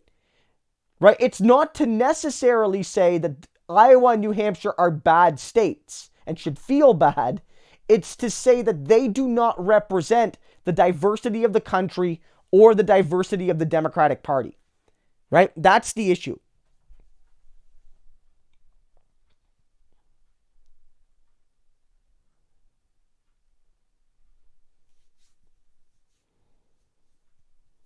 I don't know what happened here in the last, like, 5 minutes, but, like, we started getting a lot more, like, like, I don't know, like, where these, like, these like alt-righters are coming from, but we're just finishing up. Monica says, I just want to say good night and thanks. Monica, thank you so much for your support. Thanks, guys, for all your support tonight.